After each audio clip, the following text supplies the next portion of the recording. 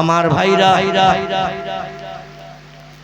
পয়গম্বর সুলাইমান নবী বলছেন কি খবর ভাই, তুমি দৌড়িয়ে হাঁপাতে হাঁপাতে আমার স্টেজে এসে কেন বসেছো? বলে হুজুর আমারে বাঁচান, আমারে বাঁচান। বলে কি হয়েছে তোমার? তুমি আমার স্টেজে এসে বসেছো, এমন কারো বাবার ক্ষমতা নাই তোমার একটা পশমের ক্ষতি করার। কারণ আমি দেশের বাদশা, আর যত মানুষ বসে আছে সামনে সব আমার প্রজা। কোন প্রজার বাবার ক্ষমতা না আমার স্টেজে আমার কাছে এসে কারো গায়ে হাত দিতে পারে, কারো কোনো ক্ষতি করতে পারে, কারো কোনো চপেটাঘাত করতে পারে, কারো কোনো গালিমন্দ করতে পারে। উচিত শিক্ষা তারে দেব, কারণ আমি ন্যায় বিচার করে থাকি। জোরে বলুন সুবহানাল্লাহ। বলে কি হয়েছে, তুমি এত ভয় পাচ্ছ কেন? বলে হুজুর একটা শত্রু ভয়ঙ্কর বিকট চেহারার লোক আমারে ধরতে আসতেছে, আমি যেখানে যাচ্ছি পালাচ্ছি, কিছু সময় পরেই দেখছি সে আবার আমার সামনে এসে হাজির।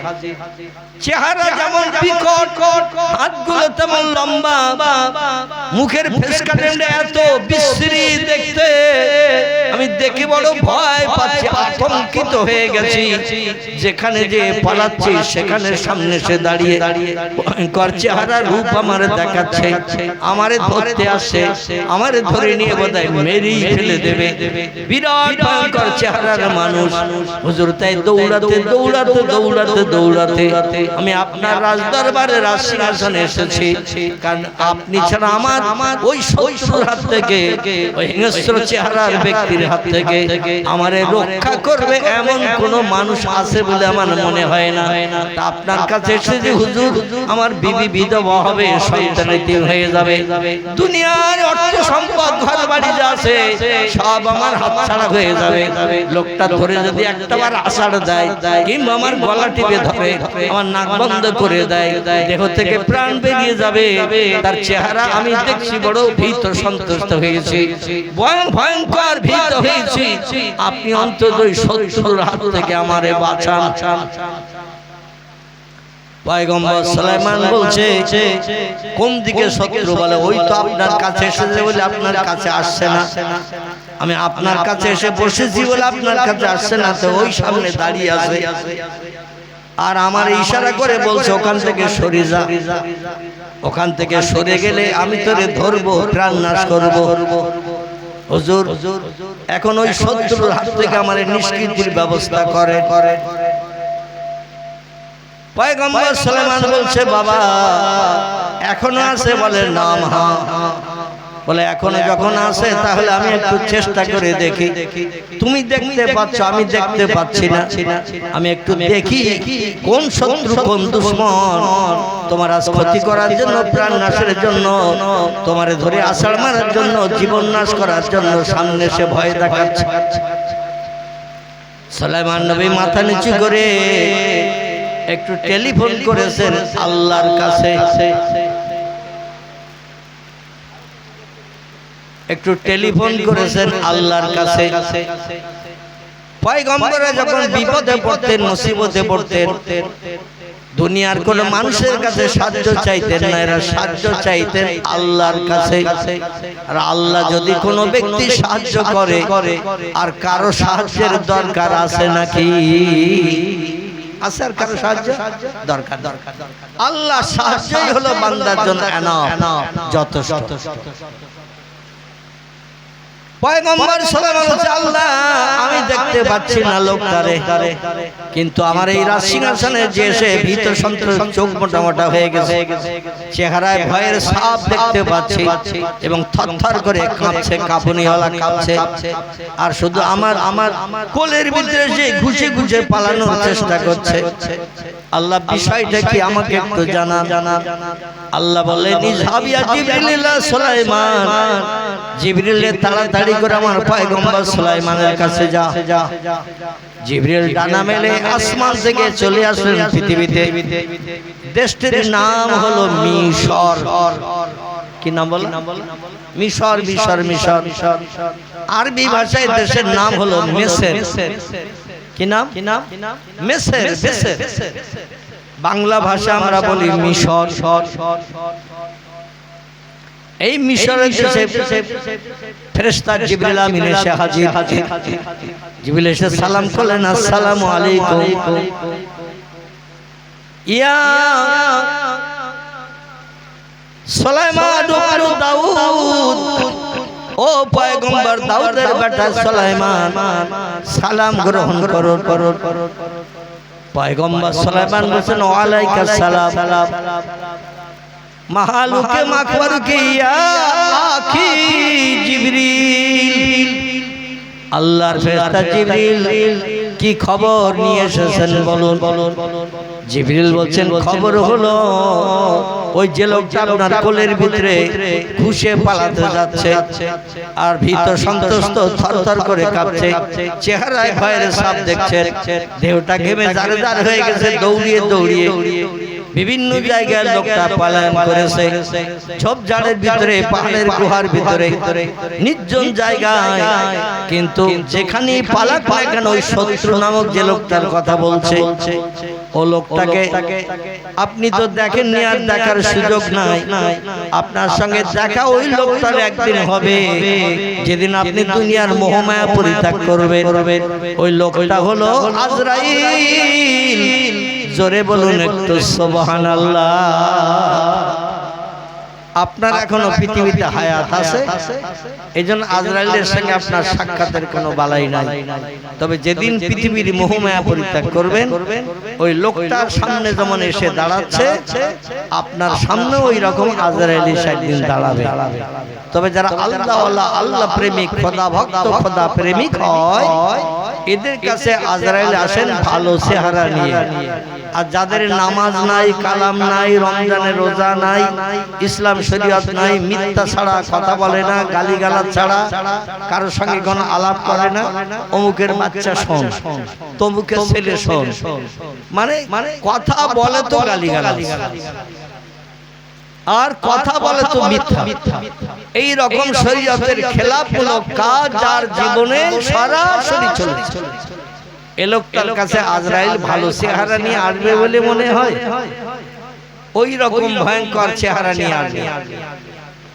আপনার প্রাণটা দেহের ভিতরে বিভিন্ন জায়গায় পালানোর চেষ্টা করবে।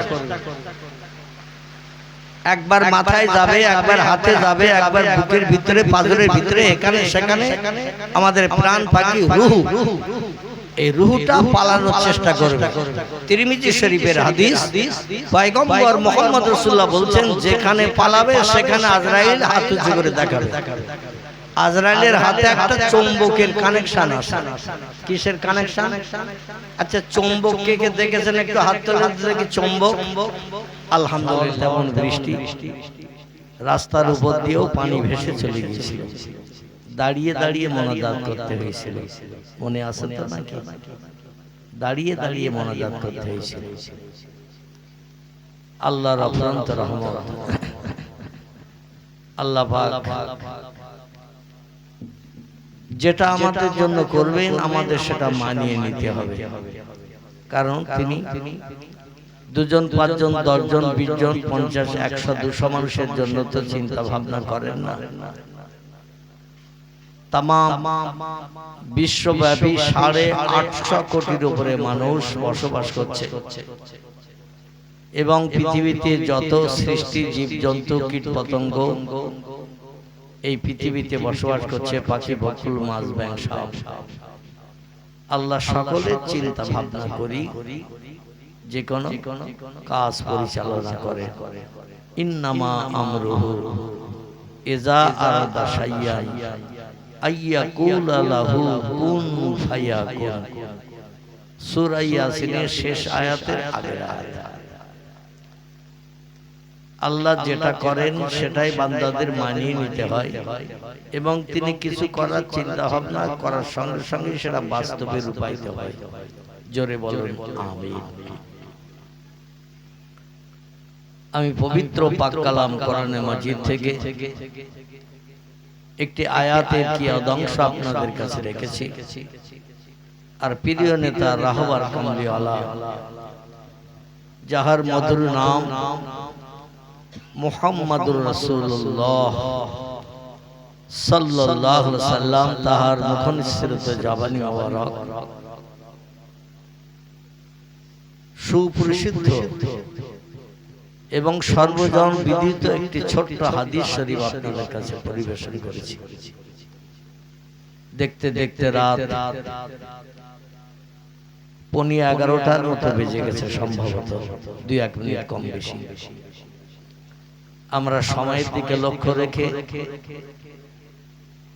মৃত ব্যক্তির আত্মার কল্যাণের জন্য দোয়া মাগফিরাত কামনা করি। আপন আপন গৃহে সকলে প্রত্যাবর্তন করব। সকলে বলুন ইনশাআল্লাহ। আল্লাহ পাক সুস্থভাবে শেষ দোয়া পর্যন্ত আমাদের এই মজলিসটাকে এবছর স্বয়ং সম্পূর্ণতা দান করে, এই আশা নিয়ে, কামনা বাসনা নিয়ে মাবুদের দরবারে একটু শুকরিয়া জ্ঞাপন করে আমি সংক্ষেপ বক্তৃতা শুরু করব। গলা ছেড়ে প্রাণ ভরে উচ্চ রবে একটু বলুন আল্লাহু আকবার। এরপরে বর্ষার ঋতু শুভলগ্ন, সেদিকে দৃষ্টি নিক্ষেপ করে প্রিয় নবী মুহাম্মদ রাসূলুল্লাহর মহব্বতে আমরা জিলহজ মাসের শেষ লগ্ন, আবার নববর্ষ আরবি শুরু হবে খুব সত্তর। সেদিকে লক্ষ্য রেখে নবী মুহাম্মদ রাসূলুল্লাহ সাল্লাল্লাহু আলাইহি সাল্লামের মহব্বত, প্রেম, ভালোবাসা রক্ষার্থে বছরের শেষ মাস, এই মাসে আর প্রোগ্রাম হবে বলে আমার জানা নাই। আপনাদের জানা থাকলে সেখানে যাবে, মানে আরবি বছরের শেষ মাস হিসাবে বলছি। খুব সত্তর আমাদের কাছে নববর্ষ মুহররম মাস আরবি শুরু হবে। তো এই আরবি বছরের শেষ মাসে আমরা কোরআনী মাহফিলে পয়গম্বর মুহাম্মদ রাসূলুল্লাহর মহব্বত, প্রেম, ভালোবাসা একটু গদগদ চিত্রে আমরা রক্ষা করব। গলা ছেড়ে উচ্চ রবে, আগের মতো নয়, আর একটু জোর দিয়ে সকলে একসঙ্গে একটু দরুদ শরীফ। আল্লাহুম্মা সাল্লি আলা সাইয়্যিদিনা মাওলানা ওয়া আলা আলি সাইয়্যিদিনা।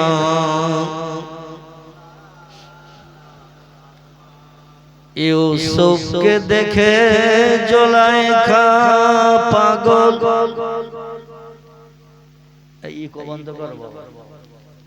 ইউসুফকে দেখে জুলাইখা পাগল, রাসূলকে দেখে খাদিজা,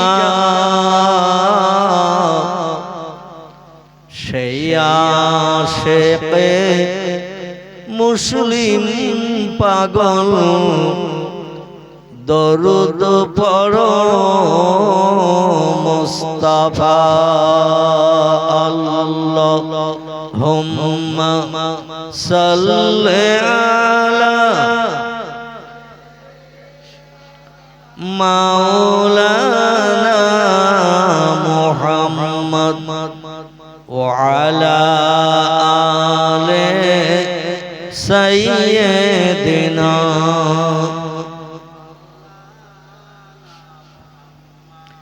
কাজ করিতে গেলেন নবী, কাজ করিতে গেলেন নবী, মা খাদিজার বাসায়, রাসূল প্রেমে মুগ্ধা হলেন, পরকালের আশায়। আল্লাহুম্মা সাল্লি আলা মাওলানা মুহাম্মদ وعلى آل سيدنا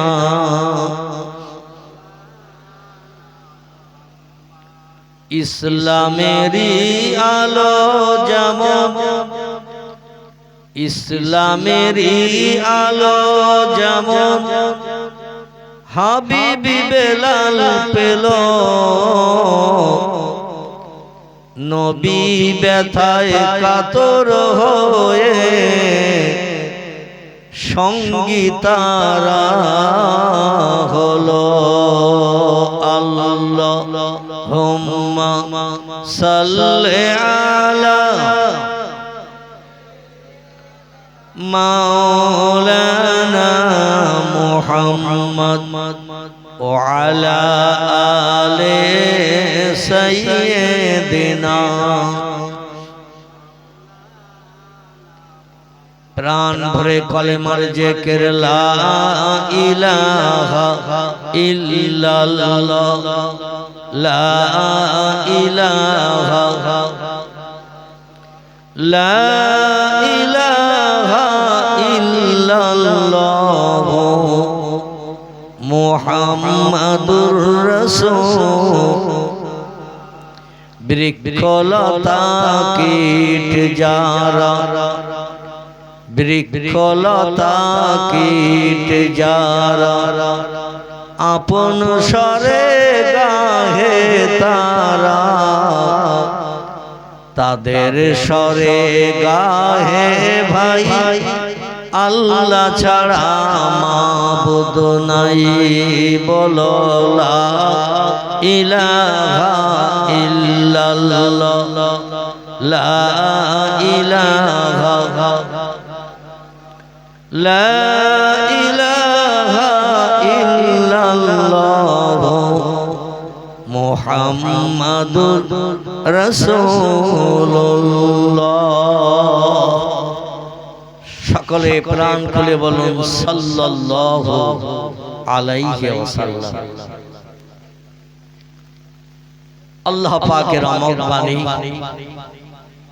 সত্য বাণী সত্য কথা মিষ্ট মধুর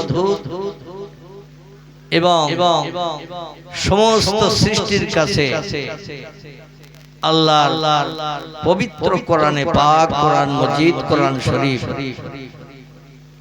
পৃথিবীতে উত্তম মর্যাদাবান হিসাবে বিবেচিত যদিও আমরা তাদের ভাষা তাদের কাজকর্ম বুঝতে পারি না কোরআন যারা তেলাওয়াত করেছে কোরআন যারা পড়েছে কোরআনের মর্যাদা সম্মান যারা দিয়েছে পৃথিবীতে আল্লাহর দরবার থেকে তারা আসমানি অভ্রন্ত রহমত করুণা বরকত প্রাপ্ত হয়েছে জোরে বলি সুবহানাল্লাহ আমি সেই সত্য কোরআন থেকে ছোট্ট একটা আয়াতের কিয়াদংশ আপনাদের কাছে রেখেছি যতটুকু রাখার দরকার ততটুকু আজকের বক্তৃতার মূল সারাংশ হিসাবে আল্লাহ বলছেন ইয়া আইয়ুহাল্লাযীনা আমানু এ দুনিয়ার ঈমানদার মুমিন মুমিনা নর নারী পৃথিবীতে সৃষ্টির শ্রেষ্ঠ জীব হিসাবে মানুষ বিবেচিত লাকাদ খলাকনাল ইনসানা ফি আহসানি তাকবীব আল্লাহ বলছেন যত সৃষ্টি পৃথিবীতে আমি বানিয়েছি সমস্ত সৃষ্টির ভিতরে আমি সেরা করে মর্যাদাবান করে পৃথিবীতে পাঠিয়েছি একটি জাতি সম্প্রদায়কে যারা হলো ইনসান মানব বা মানুষ আরবি ভাষায় এদের বলা হয় ইনসান ইংরেজিতে এদের বলা হয় ম্যান বাংলা ভাষায় এদের বলা হয় মনুষ্য জাতি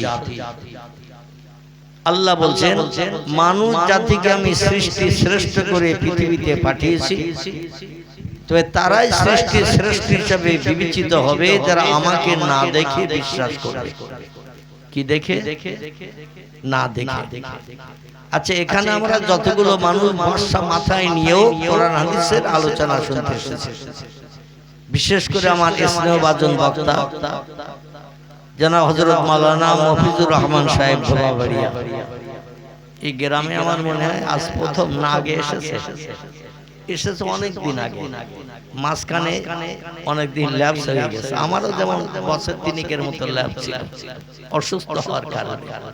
যাই হোক, তো অনেক দিন আগে এসেছে। আবার কর্তৃপক্ষরা তাকে স্মরণ করেছেন। তিনি 1 ঘন্টা 20-25 মিনিটের মতো, আমি শুনলাম 9টায় 15 স্টেজে এসেছেন। আমার ঘড়িতে 10টায় 37, যখন আমি তখন মসজিদ থেকে উঠে আসছিলাম।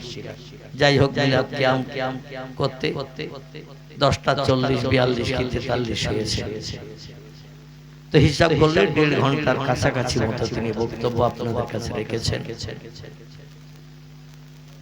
আমি কোরআনে পাক থেকে তারই উপলক্ষ করে, কারণ নতুন মুখ, নতুন মুখের নতুন কথা শুনতে চিনির রসের মতো লাগে। কিসের রস? কথা বলে চিনির রসের মতো লাগে, মানে মিষ্টি লাগে। তো কিছু মানুষ তার নতুন মুখ নতুন কথা শোনার জন্য কিছু মানুষের আগমন বেশি ঘটেছে। আর আমি তো এই গ্রামে আসা যাওয়া করছি কম বেশি 40 বছরের মতো। কথা বললাম 40 বছরের মতো, 2-1 মাস কম বেশি হবে। তো তিনি যদি না আসতেন, আমার ধারণা এই বর্ষা মাথায় নিয়ে এত মানুষ হয়তো আসতেন না। কারণ হুজুরের ওয়াজ তো রোজ শুনি, আবার শুক্রবারও তো 20-25 মিনিট, আধা ঘন্টা বক্তব্য শুনি।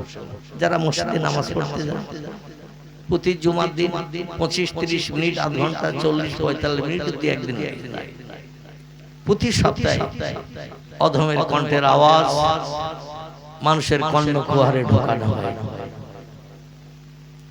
সংক্ষেপ, যিনি পৃথিবীর মোহমায়া ছেড়ে কবরে কবরস্থ হয়েছেন, আমাকে খুব ভালোবাসতেন, মহব্বত করতেন, স্নেহ করতেন তিনি। যার কারণে তিনি তার আপনজন সন্তানদের এমন কথা বলে গিয়েছিলেন, আমি মারা গেলে মাওলানা সাহেবকে দিয়ে জানাজা পড়াবে, কবর জিয়ারত করাবে, দোয়া করাবে, কিন্তু আমি খুব অসুস্থ থাকার কারণে তার জানাজা অ্যাটেন্ড করতে কি পেরেছি না পারি নাই। তখন খুব অসুস্থ ছিলাম। তো কর্তৃপক্ষ ছেলেরা তার মায়ের কথা মর্যাদা রক্ষার্থে গত বছর আমি অধম আমাকে দিয়ে আরো বক্তারা ছিল, ওয়াজ নসিহত করেছেন, শেষ দোয়া করলাম দাঁড়িয়ে দাঁড়িয়ে। আল্লাহ পাক তার মায়ের কবরকে যেন জান্নাতের বাগান বানিয়ে রাখেন, জীবনের অপরাধ ক্ষমা করে দেন। যেখানে কবরস্থ হয়ে আছে পার্শ্ববর্তী সমস্ত কবরস্থ ব্যক্তিরা শান্তিতে সুখে কিয়ামত পর্যন্ত কবরের স্থানে বসবাস করার সুযোগ পান, এ কামনা আমরা আল্লাহর দরবারে করি। সকলে বলুন আমিন। আসুন, আজকেরও দোয়া হবে, তবে আল্লাহর কাছে আমরা একটু তাকবীর ধ্বনি দিয়ে আল্লাহর নামের আওয়াজ তুলে এই কামনা করলাম। আল্লাহু আকবার ধ্বনি বলেছেন তো নাকি? এই জন্য আপনাকে দিয়ে আল্লাহর নামের আওয়াজ তুললাম। আল্লাহ যেন আজকে রাত দাঁড়িয়ে দোয়া না করায়, বসা অবস্থায় দোয়া করা। আর বসা অবস্থায় দোয়া করাটা হলো সুন্নাত। কি বললাম? নবীজি সাল্লাল্লাহু আলাইহি ওয়াসাল্লাম যখন দোয়া করতেন, মজলিসে বসা অবস্থায় দোয়া করার নিয়ম আছে। আবার অনেক সময় ইস্তেসকার নামাজ পড়লে দাঁড়িয়ে দাঁড়িয়ে দোয়া করতে হয়। ইস্তেসকা বোঝেন তো? এই বোঝেন না? বোঝেন না? যদি না বোঝেন তাহলে বলবেন, আর বোঝেন যদি সেটাও বলবেন তাহলে আমি আর দ্বিতীয়বার বলবো না। বোঝেন? কিচ্ছু বুঝতে পারছি। হ্যাঁ, একটু আওয়াজ এসেছে। ইস্তেসকা বলতে যখন আসমানে মেঘ জমে না, শুধু প্রচন্ড রৌদ্রতাপ থাকে, পুকুর ঘাট শুকিয়ে যায়, জীবজন্তু হাইফাই হাইফাই করতে থাকে, গাছপালা অনেক জায়গায় শুকিয়ে যায়, এই সময় একটা নামাজ আছে, এই নামাজটির নাম হলো ইস্তেসকা। এই নামাজে দোয়া করতে হয় আল্লাহর দরবারে পানি কামনা করে, হাত তুলে দাঁড়িয়ে দাঁড়িয়ে। জোরে বলুন সুবহানাল্লাহ। মনে থাকবে তো? এবার কোনদিন জিজ্ঞাসা করলে যেন বলবেন না যে জানি না। ঠিক আছে তো? তখন দাঁড়িয়ে দাঁড়িয়ে আল্লাহর কাছে হাত তুলে, এমন কি কাঁধের নিচে হাত তুলে দোয়া করা বসে হলো উত্তম, মুবাহ বা মুস্তাহসান। কিন্তু এই দোয়াটা কাঁধের উপরে হাত তুলে করতে হয়। পয়গম্বর অনেক সময় বদরের যুদ্ধে, ওহদের যুদ্ধে পয়গম্বর যখন সাহাবীদের নিয়ে ইসলামের প্রথম যুদ্ধ হয়েছে, পয়গম্বর যুদ্ধের মাঠে হাঁটতে হাঁটতে, দাঁড়িয়ে থেকে হাঁটতে হাঁটতে দোয়া করেছেন কাঁধের উপরে হাত তুলে। জোরে বলুন সুবহানাল্লাহ। এমন ভাবে হাত উঁচু করেছেন পয়গম্বর, দোয়া করছেন, আল্লাহ আমার সেনা সৈন্য 313 জন। কজন? 313 জন। আর বেঈমানদের সেনা সংখ্যা হলো 1000। কতটা? 1000।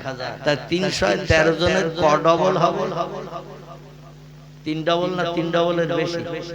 300 হলে 3 ত্রিকে 9, কিন্তু ওরা সংখ্যা 1000। তাহলে 3 ডবল না 3 ডবলের বেশি? 3 ডবলের বেশি। তো রাসূল হাত তুলেছিলেন সেদিন কাঁধের উপরে নয়, আরো উঁচু করে হাত তুলেছিলেন। এমনকি পয়গম্বরের কাঁধে এইরকম একটা রুমাল চাদর ছিল। কি ছিল? চাদর ছিল, চাদর। সেই চাদরটা এত উঁচু করে হাত তুলেছেন, চাদরটা পিছন দিক থেকে সরে গেছে। পিছন দিক থেকে সরে যে চাদরটা পিছনের ধুলার সঙ্গে লেগে গেছে। মানে হাত উঁচু করার কারণে চাদর নেমে গেছে কাঁধের থেকে, পিছন দিকে ধুলা মেখে রাসূল হেঁটে যাচ্ছেন দোয়া করতে করতে, আর ধুলায় চাদরটা ঘিসড়ে ঘিসড়ে যাচ্ছে। আচ্ছা, চাদর ঘিসড়ে ঘিসড়ে গেলে ওতে ধুলা বালি লাগবে না? লাগবে না? লাগবে কি না? লাগবে। কারণ এক জায়গায় দাঁড়িয়ে থাকলে হয়তো যেখানে পড়েছে সেখানে একটু আধটাকে লাগতে পারে। আর যদি হেঁটে যায় তো অনেক ছেলেরা আমাদের দেখবেন এমন পাই প্যান্ট পরে, মানে পায়ের পাতার তলায় অন্তত 4 ইঞ্চি ঝোলে। খিদিরপুরে নেই কারণ, এখানকার ছেলেদের নামে বদনাম দেব না। এমন পাই প্যান্ট পরে, মানে প্যান্ট যারে বলা হয়, এই প্যান্টটা পায়ের পাতার তলায়, গোছের তলায় অন্তত 4 আঙ্গুল বেশি থাকে। শরীয়তের বিধান হলো পায়ের এই যে গিট আছে এর বলা হয় টাকনু। কি বলা হয়? টাকনু। এই যে গিরো, এই গিরোর উপরে পড়তে হবে পাইবা। লুঙ্গি পরেন, পায়জামা পরেন, প্যান্ট পরেন, যাই পরেন, পায়ের গিটের উপরে পড়তে হবে। গিটের নিচে নেমে গেলে ওটা হারাম হবে। আরে হারাম পোশাক পরিধান করলে ওই পর্যন্ত গিটুর নিচে যেগুলো যেই ঝুলে যাবে ওগুলো আল্লাহর জাহান্নামের আগুনে জ্বালিয়ে দগ্ধ করা হবে। অঙ্গের ওই জায়গাগুলো জ্বালিয়ে দগ্ধ করা হবে। আল্লাহ আমাদের হেফাজত করুন, সকলে বলি আমিন। আর যখন নামাজ আদায় করতে যাবে, পায়ের এই টাকনো গিটের নিচে কাপড় নেমে গেলে নামাজ মাকরুহ হবে, নামাজ আল্লাহর দরবারে কবুল হবে না। এই জন্য যখন নামাজে দাঁড়াবেন তাকবীর তাহরিমা বেঁধে লুঙ্গিটা দেখবেন গিটের নিচে গেছে কিনা, পায়জামাটা গিটের নিচে গেছে কিনা, কিংবা প্যান্টটা গিটের নিচে কিনা। তবে কিছু ছেলে চালাক আছে, নামাজে যখন যায় দেখেন 3 ভাঁজ করে পায়ের দিকে গটিয়ে নেয়। কিছু ছেলেরা আছে, ওই 2 রাকাত 4 রাকাত ফরজ নামাজ হয়ে গেছে, এখন তো মসজিদে ফরজ ছাড়া আর সুন্নত নফল আর কিছুই হচ্ছে না। মানে অধিকাংশ জায়গায় শেষে ইমাম সাহেব দোয়া করার জন্য বাচ্চা ছাড়া আর বয়স্ক মানুষ পাচ্ছে না। শেষে তিরমিজি শরীফের হাদিস, আবু দাউদ শরীফের হাদিস, ইমামের জুমার দিন মেহরাবে যেয়ে বসা থেকে নিয়ে ইমাম যত সময় মেহরাব থেকে উঠে না যাবে তত সময় পর্যন্ত আল্লাহ তার রহমতের দরজা খুলে দিয়ে রাখেন। ইমাম যে দোয়া করেন ওই দোয়ায় যত মানুষ শরীক হবে আল্লাহ পাক তাদের জন্য দোয়াটা কবুল করে তাদের জীবনে সুখ শান্তি, দুঃখ দুর্দশা, বিপদ আপদ, বালা মুসিবত সব দূর করে দিয়ে দেবে। জোরে বলি একটু সুবহানাল্লাহ। কিন্তু আমাদের গ্রামের মসজিদের কথা বলছি, খিদিরপুরের কথা বলবো না। আমাদের গ্রামে মসজিদে 1000-1,500-এর মতো মানুষ হয় জুমার দিন। কতটা বললাম? 1,500-এর মতো মানুষ হয়। 20, 50, 10, 20 বেশিও হতে পারে, কমও আবার 2-1 দিন হতে পারে। তো কোন রকমে ইমাম সাহেব ফরজ 2 রাকাত নামাজ পড়িয়ে দিলে 3 ভাগের 1 ভাগ ছুটে নিয়ে যেন ছুটে বেরিয়ে যাচ্ছে, গায়ে তীর মেরেছে। কি মেরেছে? তীর মেরেছে। যন্ত্রণায় ছটফট করতেছে, কিংবা বল্লা পোকা, ভেমরুল পোকা কামড়িয়েছে। 2 রাকাত ফরজ নামাজ হয়ে যাওয়ার সঙ্গে সঙ্গে ওদের গায়ে যে কি বিষ লেগেছে আল্লাহই জানে। কেউ মোটরসাইকেল, কেউ সাইকেল, কেউ জুতো খুঁজতেছে, কেউ অপরের জুতো পাই দিয়ে, মানে অত যাচাই বাছাই করার সময় নাই। বাড়ি ওদিকে মনে হয় ভাত তরি তরকারি গোশত সব ঠান্ডা হয়ে যাচ্ছে, হু হু করে বেরিয়ে বেরিয়ে। অনেকে আবার জিজ্ঞেস করে তুমি চলে যাচ্ছ ফরজপুরে, আর নামাজ বল বাড়ি যেয়ে পড়ো। কিন্তু ওদের বাড়ি যেয়ে দেখবেন কেউ 1 রাকাত পড়ে। ঠিক বললাম না ভুল বললাম? বাড়ি যেয়ে কেউ 1 রাকাত পড়ে, আর পড়ার সময় নেই।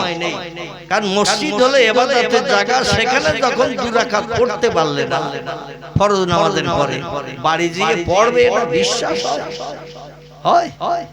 ও কোথায় ছুটে বেরিয়ে যাবে তার ঠিক ঠিকানা। নাউজুবিল্লাহি মিন যালিক। আমার ভাইরা, আমি যেটা আপনাদের কাছে বলতে চাইছিলাম সেটি হলো এই, আল্লাহ পাক আজকের হায়াতে বাঁচিয়ে রেখেছেন, আমরা বেঁচে আছি। আগামীকাল আমরা সবাই বেঁচে থাকবো, হাত তুলে সার্টিফিকেট দিতে পারবো। কালকে বেঁচে থাকবো, দিতে পারবো না। কারণ ফাইজা জা আজালুহুম লা ইস্তাখিরুনা সাআতাও ওয়া লা ইস্তাকদিমুন। আল্লাহ বলছেন যার তকদিরে মৃত্যু আমি যেদিন লিপিবদ্ধ করে রেখেছি, 1 সেকেন্ড আগে 1 সেকেন্ড পরে তার মরণ সংঘটিত করা হবে না। বেলা 10টা বেজে 15 মিনিট 11 সেকেন্ডে যদি মরণ লিখে রাখি, বেলা 10টা বেজে 15 মিনিট 12 সেকেন্ডে মরণ হবে না, আবার 10 সেকেন্ডও হবে না। যে সেকেন্ড রেখেছি সেই সেকেন্ডটি হবে। চিল্লাই বলুন একটু সুবহান। এই জন্য এই বসে আছি, জলসা শেষ করে বাড়ি যেতে পারবো, এই সার্টিফিকেট দিতে পারবো। কত মানুষ ওয়াজ শুনতে এসে মারা গেছে, বাড়ি যেতে পারেনি। ওয়াজের মজলিসে আজরাইল পাঠিয়ে দিয়ে ইন্তেকাল করিয়েছে। একটা ছোট্ট ঘটনার কথা বলে আমি কোরআনের আয়াত ও হাদিস শরীফটা রেখেছি, ওদিকে এগিয়ে নিয়ে যাব। মরণ কেমন সাংঘাতিক জিনিস। পৃথিবীতে একজন বিশ্বব্যাপী বাদশাহিত্য করা ব্যক্তির কথা আগে বলবো, তারপরে কোরআনের আয়াত ও হাদিস শরীফের সমন্বয়ে আরেকজন বাদশার কথা বলে আজকের বক্তৃতার ইতি টানবো ইনশাআল্লাহ। তামাম পৃথিবীব্যাপী 2 জন ব্যক্তি বাদশাহিত্য করেছে মুসলমানদের ভিতরে। কজন বললাম? 2 জন। তামাম পৃথিবীব্যাপী বাদশাহিত্য করেছে। পৃথিবীতে আর কোন ধর্মাবলম্বী বিশ্বব্যাপী বাদশাহিত্য করেছেন আমার নলেজে জানা নাই। কোন দেশে করেছে, দীর্ঘদিন করেছে, কিন্তু তামাম পৃথিবীব্যাপী বাদশাহিত্য করেছে আমার নলেজে নাই। তবে 2 জন ব্যক্তিকে আল্লাহ পাক ঈমানদার ব্যক্তিকে, কিদা ঈমানদার, ইয়া আইয়ুহাল্লাযীনা আমানু। আয়াতের প্রথম অংশ হলো হে আমার বিশ্বাসী বান্দা বান্দা। বিশ্বাসী বলতে না দেখে বিশ্বাস করা, এটির নাম হলো আমানু। এটির নাম হলো আমানু। আমানু ঈমান এনেছো আমার উপরে, আমারে না দেখে। আমরা যারা বসে আছি কেউ দেখেছি আল্লাহর? আমাদের বাচ্চা কাচ্চারাও দেখবে বলে মনে হয়? আমাদের বাপ দাদা যারা মারা গেছে তারাও দেখেছে? দেখি না। এই না দেখে বিশ্বাস, এরই নাম হলো আমানু বা ঈমানদার বলা হয়েছে। তেই ঈমানদার 2 জন ব্যক্তি, একজনের নাম বাদশাহ সুলাইমান হিসাবে কোরআনের ভিতরে তার নাম কোট করা হয়েছে। যিনি আল্লাহর উপরে এত বিশ্বাস, অগাধ বিশ্বাস এনেছিলেন, আল্লাহ পাক তাম পৃথিবীব্যাপী বাদশাহিত্য করে রাজিত্ব দিয়ে তার সম্মান বাড়িয়েছিলেন। আরেকজন পৃথিবীতে বিশ্বব্যাপী বাদশাহিত্য করেছেন, এই লোকটির নাম হলো সেকেন্দার জুলকারনাইন। কি নাম বললাম? সেকেন্দার জুলকারনাইন। সেকেন্দার জুলকারনাইনের লম্বা ঘটনা, তার জীবনী সময় সুযোগ হলে অন্য দিন একদিন আলোচনা করব। আজকের বাদশা সুলাইমানের একটা কথা বলি, আমি আমার মূল বক্তব্য আপনাদের নিয়ে যাব। আল্লাহ পাক রব্বুল আলামিন পয়গম্বর সুলাইমানকে ডেকে বললেন, সুলাইমান, আমি তিনটি জিনিস তোহফার স্বরূপ তোমার জন্য পৃথিবীতে পাঠাচ্ছি, তবে তিনটির যে কোনো একটা তোমাকে চেয়ে নিতে হবে। আমি তিনটি নমুনা তোমারে দেখাচ্ছি, যেটা চাইবে সেটা দেব, তবে সব তোমাকে দেব না। তিনটির ভিতরে যে কোনো একটা আমার কাছ থেকে চেয়ে নাও। সুলাইমান বললেন, মা হিয়া ইয়া রব্বি, আল্লাহ তিনটি জিনিস কি কি আগে নাম বলুন। আমার ব্রেন মগজ জ্ঞানের মাধ্যম দিয়ে আমি যাচাই করে একটা যখন নিতে হবে ভালোটাই নেব, না খারাপ নেবে? তিনটির ভিতরে একটা নিতে হবে, তখন যাচাই বাছাই করে কেউ যদি শাড়ি কিনতে যায় দোকানে, যদি দুটো পাঁচটা দেখায় আর যদি বলে যে কোনো একটা পছন্দ করো, পয়সা লাগবে না, তোমার গিফট দেব, ও কি খারাপটা নেবে? কম দামেরটা, খুব মসৃণ হালকা পাতলা, নকশা ভালো, সুতো ভালো, তাই দেখে একটা দামি কাপড় চয়েস করে। সুলাইমান বললেন, আল্লাহ জিনিস তিনটি কি কি একটু বলুন। আল্লাহ বলছেন, এক নম্বর হলো ইলম, আমি তোমাকে জ্ঞান দেব। আরেকটা তোমাকে অর্থ সম্পদ দেব, যত সোনা দানা টাকা পয়সা হিরে জহরত মণি মুক্ত চাইবে, অর্থ যত চাইবে আমি আল্লাহ তোমারে দেব। এ সুলাইমান, আর একটা জিনিস হলো ইজ্জত সম্মান তাম পৃথিবীতে আমি আল্লাহ তোমারে দেব, তোমার মতো সম্মান পৃথিবীতে আর কেউ পেতে পারবে না। সুলাইমান চিন্তা ভাবনা করছেন কি নেই, অর্থ সম্পদ চাইলে আল্লাহ ভরে দেবেন আমারে, মান সম্মান ইজ্জত চাইলে এমন সম্মান ইজ্জত আল্লাহ আমারে দেবে, যেখানে যাব সেখানে মানুষ আমাকে রেসপেক্ট করবে, সম্মান দেবে, মর্যাদা দেবে, আমারে হুজুর হুজুর করবে, ইজ্জত করবে, আমার সম্পর্কে বিরূপ বাজে মন্তব্য কেউ করবে না। তিন নম্বরে আল্লাহ বললেন, শোনো, কিংবা আর একটা জিনিস যদি চাও আমি আল্লাহ দেব, সেটির নাম হলো ইলম, জ্ঞান। জ্ঞান জ্ঞান দেব, কোনটা তোমার পছন্দ বলো। আচ্ছা, আমি আপনাদের কাছে একটু যাচাই করি। প্রথম এই তিনটে যদি আল্লাহ আমারে স্বপ্ন যোগে বলে তিনটের কোনটা চাও বলো, আমরা কি নেব? মনে আছে ওয়াজ আগে শুনেছেন? ওয়াজ যদি আগে না শুনে থাকতেন, শোনেননি? আল্লাহ অধিকাংশ ব্যক্তি চাইবে সোনা দানা টাকা পয়সা হিরে মুক্ত, অল্প একটু গান জিনিসের দাম কোটি কোটি টাকা। এই সোনা দানা হিরে জহরত মণি মাণিক্য কাঞ্চন অর্থ লোভে আমরা পৃথিবীতে পাগল পারা হয়ে ঘুরি। দুই নম্বর, কিছু মানুষ চায় ইজ্জত সম্মান, আত্মসম্মান, মর্যাদা, পৃথিবীতে সুনাম সুজা সুখ্যাতি। অনেক মানুষ পৃথিবীতে চায় না। তিন নম্বরে হলো আল্লাহ বললেন, যদি তুমি চাও ওই দুটি জিনিস ল্যাপস করে আমি আল্লাহ তোমারে জ্ঞান দান করব। এখন বুদ্ধিজীবী যারা, চিন্তাশীল যারা, তারা কিন্তু অর্থ চাইবে না, ইজ্জত মান সম্মান চাইবে না, সুনাম সুজর সুখ্যাতি চাইবে না, তারা আল্লাহর কাছে চেয়ে বলবে ইলম, জ্ঞান। জোরে বলুন সুবহান। সুলাইমান একটু মাথা নিচু করে চিন্তা ভাবনা করে বলছেন, আল্লাহ আমি অর্থ সম্পদ চাই না, ও আল্লাহ মান সম্মান ইজ্জত সুনাম সুজা সুখ্যাতি আমি চাই না, আপনি আমাকে ইলম দান করুন, জ্ঞান দান করুন, আমি জ্ঞান চাই। আল্লাহ ডেকে বললেন, সুলাইমান তুমি এমন একটা জিনিস আমার কাছে চেয়েছো, ওই জিনিসের ভিতরে আর দুটো সঙ্গে জড়িত হয়ে আছে। আর একটু জোরে বলুন। এমন একটা জিনিস আমার কাছে তুমি চেয়েছো, তুমি যদি ইলম জ্ঞান তুমি নাও, তাহলে ওর সঙ্গে মান সম্মান ইজ্জত জড়িয়ে আছে, সুনাম সুজা সুখ্যাতি জড়িয়ে আছে। একটা উচ্চ শিক্ষিত মানুষকে আমরা সম্মান দেই না, তারে সম্মান দেই, মর্যাদা দেই, তার সম্পর্কে ভালো ভালো সাধুবাদের কথা বলি। পৃথিবীর মানুষ শিক্ষিত ব্যক্তির একটা সুনাম করে। দুই নম্বরে যে লোকটা উচ্চ শিক্ষিত হয়, অর্থ সম্পদ তার পিছনে পিছনে ঘোরে না, ওই লোকটা অর্থের পিছনে ঘোরে।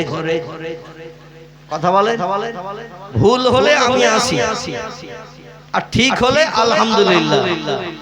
তবে এই টিপটা পানি পড়ছে, পান্ডেলের আওয়াজ শুনতে পাচ্ছেন, এই পান্ডেলের ত্রিপলে পানি পড়ছে শোনা যাচ্ছে, কিন্তু আমি আপনাদের কথা শুনতে পাচ্ছি না। পানি পড়ছে টিপটা, কানে আওয়াজ পাচ্ছি বেশ ভালো, কিন্তু আমি এত জোরে মাইকে হাত দিচ্ছি, কিন্তু আপনাদের আওয়াজ তো মোটেই পাচ্ছি না। যে লোক ইলম অর্জন করে, জ্ঞান অর্জন করে, শিক্ষা অর্জন করে, এই লোকটা অর্থের পিছনে ঘোরে না, অর্থ তার পিছনে ঘোরে। আলহামদুলিল্লাহ, আলহামদুলিল্লাহ। শিক্ষিত ব্যক্তিরা অর্থের পিছনে ঘোরে না, অর্থ এদের পিছনে ঘোরে। শুধু বলে নাও নাও নাও, জোরে বলুন একটু সুবহান। আমার ভাইরা, এই সুলাইমান পয়গম্বর আপনাদের মতো রাজ দরবারে বসে আল্লাহ দেয়া জ্ঞান পাওয়ার কারণে, কারণ ইলম চেয়ে নিয়েছিলেন তিনি, এই জ্ঞান চেয়ে নেওয়ার কারণে আল্লাহ আসমানি জ্ঞান তারে দান করেছেন। সবথেকে সেরা জ্ঞান আল্লাহ একজন ব্যক্তিকে দিয়েছেন, তিনি কে? আলহামদুলিল্লাহ, আলহামদুলিল্লাহ। সব থেকে আল্লাহর তরফ থেকে সেরা জ্ঞানান্বিত হয়েছেন যিনি, তিনি হলেন পয়গম্বর মুহাম্মদুর রাসূলুল্লাহ। জোরে বলুন সাল্লাল্লাহু আলাইহি ওয়াসাল্লাম। 63 বছরের জিন্দেগিতে কোন ব্যক্তি প্রশ্ন করে আল্লাহর নবীকে ফেল করতে পারেনি। যখনই কোনো প্রশ্নের সম্মুখীন পয়গম্বর হয়েছে, নিজের ব্রেন মগজে এই প্রশ্নের উত্তর জ্ঞান নাই, তখন তিনি একটু মাথা নিচু করে, কিংবা মাথাটা উঁচু করে আসমানের দিকে তাকিয়েছেন। ইলা সামা, আকাশের দিকে একটু মাথাটা উঁচু করেছেন। আর উপরে কে আছেন? উপরে তার নিচে কে? আমাদের মেয়েরা বলে নিচে মা খাকি, আর উপরে আল্লাহ। এই শুনেছেন? এই মেয়েরা বলে না, বলে না, এরকম বলে। মাঝে মধ্যে ছাদের উপরে ধান নেড়িতেছে, ঝমঝমকের পানি এসে বলে আল্লাহ চোখ নেই। আমি দুটো ধান নেড়ে দিয়েছি ছাদে রোদ দেখে, আর অমনি মেঘ দিয়ে ঝমঝম করে পানি, আল্লাহ চোখ নেই। কারো যদি একটা বাচ্চা পুকুরের পানিতে নাউজুবিল্লাহ ডুবে মারা যায়, সে বলে আল্লাহর বিচার নেই। অমুকে 3টে ছেলে, একটা মরে গেল আর দুটো থেকে, তার আমার একটা ছেলে আল্লাহ তার পুকুরের পানিতে ডুবিয়ে মেরে দিয়েছে। আচ্ছা, ঈমান থাকবে? থাকবে? আল্লাহ যেটা করেন সবই আমাদের মানিয়ে নিতে হয়। এই মানিয়ে নেওয়াটার নাম হলো ঈমান। জোরে বলুন একটু সুবহান। আমার ভাইরা, পয়গম্বর সাল্লাল্লাহু আলাইহি ওয়াসাল্লাম যে রাজসিংহাসনে বসে তিনি রাজত্ব পরিচালনা করতেন, জনগণের সুখ দুঃখের সমস্যার সমাধান করে দিতেন। এই রাজসিংহাসনটার ভিতরে মানুষ বসার জায়গা পেত 12,000। কতটা? 12,000 মানুষ পয়গম্বরের রাজসিংহাসনে উঠে বসার জায়গা পেত। তার সামনে যদি মজলিস হয়, আজকে স্টেজে কজন? তাহলে স্টেজে লোক বেশি না আপনারা বেশি? কি স্টেজে মাত্র আমরা দুজন, আর আপনারা হলেন অগণিত। মোটামুটি 7খানের উপরে কি 2-5 জন কম বেশি হবে।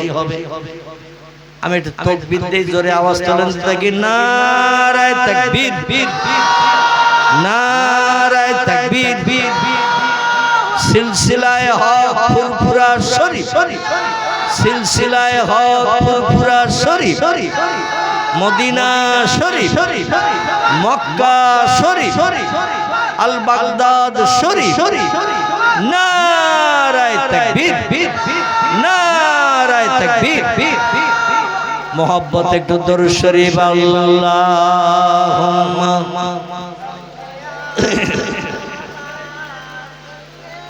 মাওলানা মুহাম্মদ ওয়া আলা আলি সাইয়্যিদিনা। কোথায় আছেন গো প্রাণের নবী, কোথায় আছেন গো প্রাণের নবী, আমাদেরকে ছাড়িয়া তোমায় ছাড়া কি লাভ হবে এ ভুবনে বাঁচিয়া। আল্লাহুম্মা সাল্লি আলা মাওলানা ওয়া আলা আলি সাইয়্যিদিনা।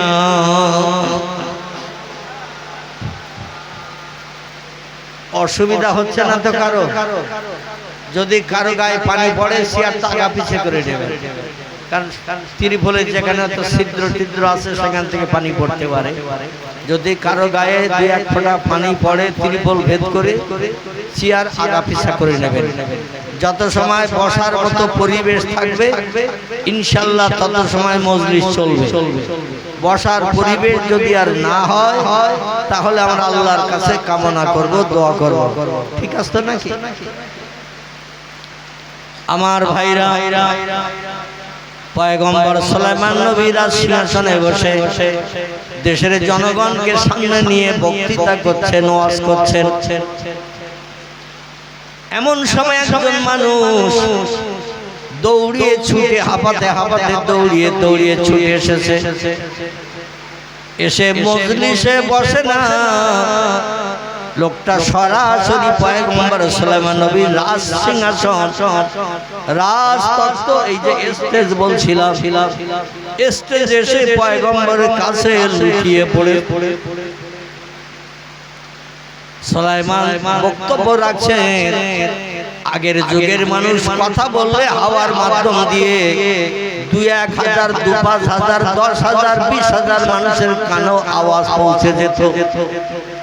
যেমন আমাদের ফুরফুরার বিশ্বাস আবু বকর সিদ্দিক আল কুরাইশি, যার মতাদর্শের উপর আমরা বসবাস করি বা চলি। দাদা হুজুর কেবলা আজীবন কাল খালি মুখে ওয়াজ করেছেন। উনি মারা গেছেন যখন তখনও মাইকের আবিষ্কার হয়নি। বোঝা গেল? উনি মারা গেছেন যখন বাংলা 1347 সাল, বাংলা 1347 সাল চৈত্র মাসের 3 তারিখ শুক্রবার। মনে থাকবে? বাংলা 1347 সাল চৈত্র মাসের 3 তারিখ শুক্রবার দাদা হুজুর কেবলা ইন্তেকাল করেছিলেন। আর বসিরহাটের আল্লামা রুহুল আমিন রাহমাতুল্লাহ আলাইহি বাংলা 1352 সাল কার্তিক মাসের 16 তারিখ শুক্রবার। মনে থাকবে? দাদা হুজুরের প্রধানতম খলিফা ছিলেন যিনি, তিনি ছিলেন আল্লামা রুহুল আমিন রাহমাতুল্লাহ আলাইহি। কত বড় আধ্যাত্মিক জগতের জ্ঞানী মানুষ আল্লাহ তারে বানিয়েছিলেন। বলেছিলেন বাবা বড় মাওলানা আল্লাহ আমার ইন্তেকাল করবেন জুমার দিন। শুনে আল্লামা হুজুর ফপিয়ে ফপিয়ে কাঁদছেন, কারণ নবীজি সাল্লাল্লাহু আলাইহি ওয়াসাল্লাম জানিয়েছেন আমার যে উম্মতের মরণ জুমার দিন হবে তার কবরে আযাব হবে না। জোরে বলুন একটু সুবহানাল্লাহ। কারণ আল কবরুন জুলমাতুন আদিকুহু আল কবরুন বাইতুদ আল কবরুন আউয়ালুন মিন মানাজিলিল আখিরা। কবর হলো পোকামাকড়ের ঘর, গেলেই 2-4 দিন পরে তারা খাওয়া শুরু করবে। কবর হলো অন্ধকার বধির কারাগার, কেউ কারো দেখতে পাবে না, কেউ কারো নজরে পাবে না। অমাবস্যার অন্ধকার রাতের থেকেও ঘোরকৃষ্ট অন্ধকার, কেউ কিছুই দেখতে পাবে না। শুধু যারা খাবে তারাই শুধু খাদ্য অন্বেষণ করবে কবরের ভিতরে, আর খাবার জিনিস কোন দিকে আসে। আল কবরুল আউয়ালুন মিন মানাজিল আখিরা। কবর হলো পরকালের প্রথম নম্বর ঘাঁটি। কবরে যে লোকটি পরীক্ষায় পাশ করতে পারবে কিয়ামত পর্যন্ত কবর তার জন্য জান্নাতের ফুলের বাগান হবে। আর কবর পরীক্ষায় যে লোকটি ফেল করবে কিয়ামত পর্যন্ত কবরে জাহান্নামের গরম হাওয়া ছুটিয়ে দিয়ে কবরে তারে দগ্ধ করা হবে কিয়ামত অবধি। জোরে বলুন একটু নাউজুবিল্লাহ। আল্লাহ যেন আমাদের হেফাজত করেন। পয়গম্বর মুহাম্মদ রাসূলুল্লাহ জানিয়েছিলেন ফাতেমা নবীর মেয়ে বলে চিন্তা করিও না, কবর তোমারে ছেড়ে দেবে। ও ফাতেমা আমার মহব্বতের সাহাবী আলী রাদিয়াল্লাহু স্ত্রী বলে যে আলীর হাসরে কোনো হিসাব নিকাশ হবে না, বিনা হিসাবে জান্নাতে চলে যাবে আলী। যে আলীর বিবি হিসাবে তুমি কবরে কিন্তু রেহাই পাবে না। ও ফাতেমা জান্নাতের যুবকদের সরদার হবে আমার 2 জন নাতি, একজনের নাম ইমাম হাসান আর একজনের নাম ইমাম হোসেন। আল্লাহ ওয়ালা, আল্লাহ প্রেমিক, খোদা ভক্ত, ইসলাম শরীয়তের পূর্ণ পায়ওয়ালা। এই 2 জনের মা বলে তুমি মনে মনে চিন্তা করিও না, কবর তোমার সঙ্গে দুর্ব্যবহার করবে না। কবর হলো অন্ধকার বধির কারাগার, কে এসেছে কবরে ও চিনবে না, ও কাউরে দেখে চিনতে পারবে না। তুমিও যেমন অন্ধকার কবরে থাকবে, যারা আসবে কবরে তোমার পরীক্ষা নিতে তারাও তোমারে চিনবে না। এজন্য কিয়ামত পর্যন্ত কবরে যদি শান্তিতে স্বস্তিতে বাস করতে চাও তাহলে কবরের পুঁজি তৈরি করে নিয়ে যেও। জোরে বলুন একটু সুবহানাল্লাহ। আমার ভাইরা, এই ভয়ঙ্কর কবরের যাত্রী আমাদের সকলকে সাজতে হবে। সকলে বলুন আমিন। এখন মরণের পরেই 2-1 মাস ঘরে রাখা হয় না, কবরে 2-1 দিনের ভিতরে রাখা হয়। 2-1 মাস ঘরে রেখে তারপরে দাফন কাফন করতে হবে, এরকম চিন্তা ভাবনা আমরা কি নেই? 1-2 দিনের ভিতরে আপনজন যদি দূর দূরান্তে থাকে খবর দেয়া হয়, টেলিফোন করা হয়, তাদের আসতে যতটুকু সময়, একটাই মাত্র ছেলে কিংবা একটাই মাত্র মেয়ে আসে দূরে 2-1000 কিলোমিটার দূরে, বলে দিল আমার না যাওয়া পর্যন্ত যেন মাটি দিও না। তাই তখন বাধ্য হয়ে তারে বরফ লাগিয়ে ফ্যানের হাওয়া লাগিয়ে রাখা হয়। যেই এসে যায় চেহারা দেখিয়ে তারে কবরে দাফন করা হয়। সেই কবরে আমাদেরও যেতে হবে না, যেতে হবে। এই চিন্তাটা একটু মগজে নিয়ে আজকের ওয়াজটা একটু শুনুন, তাহলে লাভ হবে। পয়গম্বর সুলাইমান নবীর কাছে যে লোকটা হাঁপাতে হাঁপাতে দৌড়িয়ে হাঁপাতে এসে লুটিয়ে পড়েছে স্টেজের উপরে, পয়গম্বর বলছেন মান আনতা মাসমুকা ইয়া আখি, কে তুমি, তোমার নাম কি, পরিচয় কি? আমি বক্তৃতা করছি, হাজার হাজার জনগণ সামনে বসে বক্তৃতা শুনছে। তখন মাইকের পরিচালনা হয়নি, খালি মুখে ওয়াজ হতো। আর হাজার হাজার মানুষ মজলিসে বসে থাকলে দূরের মানুষেরাও সামনের মানুষের মতো একই রকম আওয়াজ শুনতে পেত। কারণ ফুরফুরার মুজাদ্দিদ জামান আবু বকর সিদ্দিক 50,000 মানুষের সমাগম হয়েছে জলসায়। 50,000, 60,000, 70,000, আওয়াজ কম করো, 60,000, 70,000 মানুষের আনাগোনা হয়েছে। হুজুর স্টেজে বসে ওয়াজ করতেন, সামনের মানুষটা যেমন আওয়াজ শুনতে পেত, আল্লাহ হাওয়ার মাধ্যম দিয়ে 60,000 মানুষের পিছনে যে লোকটা বসে থাকতো একই রকম আওয়াজ শুনতে পেত। শুধু তাই নাই, তার প্রধানতম খলিফা আল্লামা রুহুল আমিন রাহমাতুল্লাহ আলাইহি, তার জামানাও মাইকের প্রচলন হয়নি, তিনিও খালি মুখে ওয়াজ করতেন। 10-12 হাজারের কম মানুষ হতো না, উপরে 50, 60, 1,000, 1 লক্ষ মানুষের সমাগম হতো। সামনের লোকটা যেমন আওয়াজ শুনতে পেত, 1 লক্ষ লোকের পিছনে যে লোকটা বসে থাকতো পীর সাহেবের রুহানি দোয়ার বাবরকতে তার শাগরেদের মুখের আওয়াজও পিছনের মানুষ তেমন শুনতে পেত। জোরে বলুন একটু সুবহানাল্লাহ। আমার ভাইরা, পয়গম্বর সুলাইমান নবী বলছেন, কি খবর ভাই, তুমি দৌড়িয়ে হাঁপাতে হাঁপাতে আমার স্টেজে এসে কেন বসেছো? বলে হুজুর আমারে বাঁচান, আমারে বাঁচান। বলে কি হয়েছে তোমার? তুমি আমার স্টেজে এসে বসেছো, এমন কারো বাবার ক্ষমতা নাই তোমার একটা পশমের ক্ষতি করার। কারণ আমি দেশের বাদশা, আর যত মানুষ বসে আছে সামনে সব আমার প্রজা। কোন প্রজার বাবার ক্ষমতা না আমার স্টেজে আমার কাছে এসে কারো গায়ে হাত দিতে পারে, কারো কোনো ক্ষতি করতে পারে, কারো কোনো চপেটাঘাত করতে পারে, কারো কোনো গালিমন্দ করতে পারে। উচিত শিক্ষা তারে দেব, কারণ আমি ন্যায় বিচার করে থাকি। জোরে বলুন সুবহানাল্লাহ। বলে কি হয়েছে, তুমি এত ভয় পাচ্ছ কেন?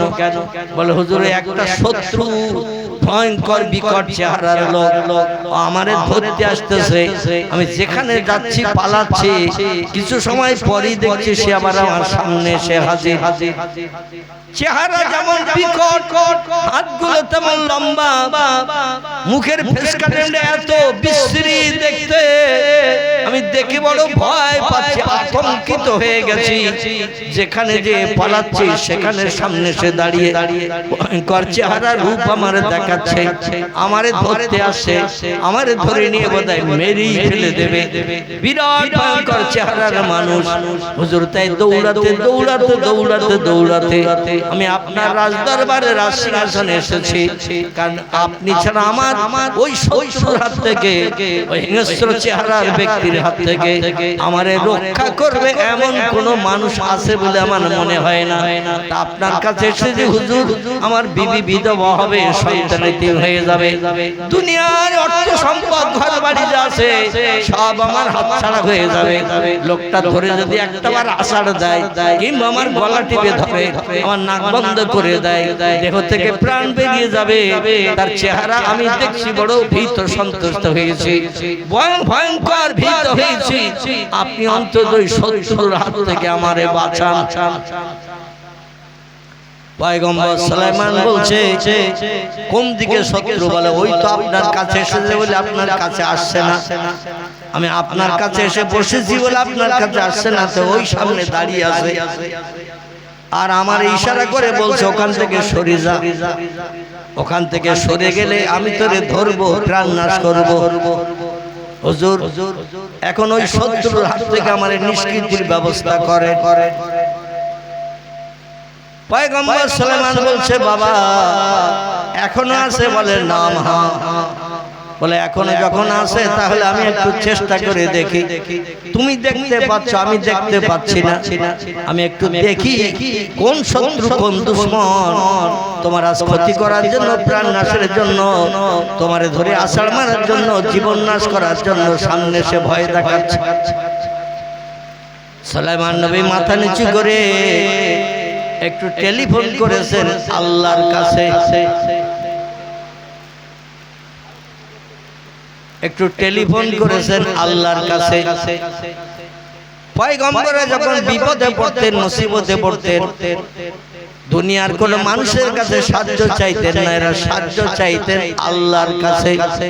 আর আল্লাহ যদি কোনো ব্যক্তি সাহায্য করে, আর কারো সাহায্যের দরকার আছে নাকি? আছে আর কারো সাহায্য দরকার? আল্লাহ সাহায্যই হলো বান্দার জন্য এনাফ, যথেষ্ট। পয়গম্বর সাল্লাল্লাহু আলাইহি ওয়াসাল্লাম, আল্লাহ আমি দেখতে পাচ্ছি না লোকটারে, কিন্তু আমার এই রাজসিংহাসনে যে এসে ভীত সন্ত্রস্ত, চোখ মোটা মোটা হয়ে গেছে, চেহারায় ভয়ের ছাপ দেখতে পাচ্ছি এবং থরথর করে কাঁপছে, কাঁপুনিওয়ালা কাঁপছে। আর শুধু আমার কোলের ভিতরে যে ঘুষে ঘুষে পালানোর চেষ্টা করছে। আল্লাহ বিষয়টা কি আমাকে একটু জানান। আল্লাহ বললেন, ইযহাবিয়া জিবরিল সুলাইমান, জিবরিল তাড়াতাড়ি করে আমার পয়গম্বর সুলাইমানের কাছে যা। জিবরিল ডানা মেলে আসমান থেকে চলে আসলেন পৃথিবীতে। দেশটির নাম হলো মিশর। কি নাম বলে? মিশর। মিশর মিশর আরবি ভাষায় দেশের নাম হলো মেসর। কি নাম? মেসর। বাংলা ভাষা আমরা বলি মিশর। এই মিশরের দেশে ফেরেশতা জিবরিল আমিন এসে হাজির। জিবরিল এসে সালাম করলেন, আসসালামু আলাইকুম ইয়া সুলাইমান ইবনে দাউদ, ও পয়গম্বর দাউদের বেটা সুলাইমান, সালাম গ্রহণ করো। পয়গম্বর সুলাইমান বলেন, ওয়ালাইকুম সালাম। মাহালুকে মাকবারুকে ইয়া আখি জিবরিল, আল্লাহর ফেরেশতা জিবরিল কি খবর নিয়ে এসেছেন বলুন।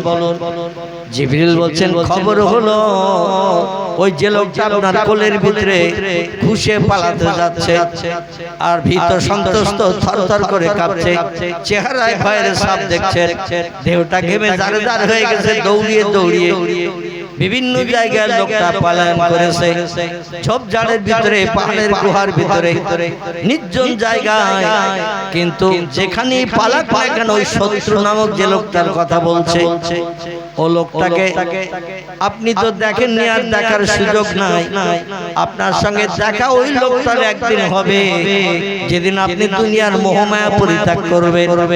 ওই লোকটা হলো আজরাইল। জোরে বলুন একটু সুবহানাল্লাহ। আপনার এখনো পৃথিবীতে হায়াত আছে, এইজন্য আজরাইলের সঙ্গে আপনার সাক্ষাতের কোনো বালাই নাই।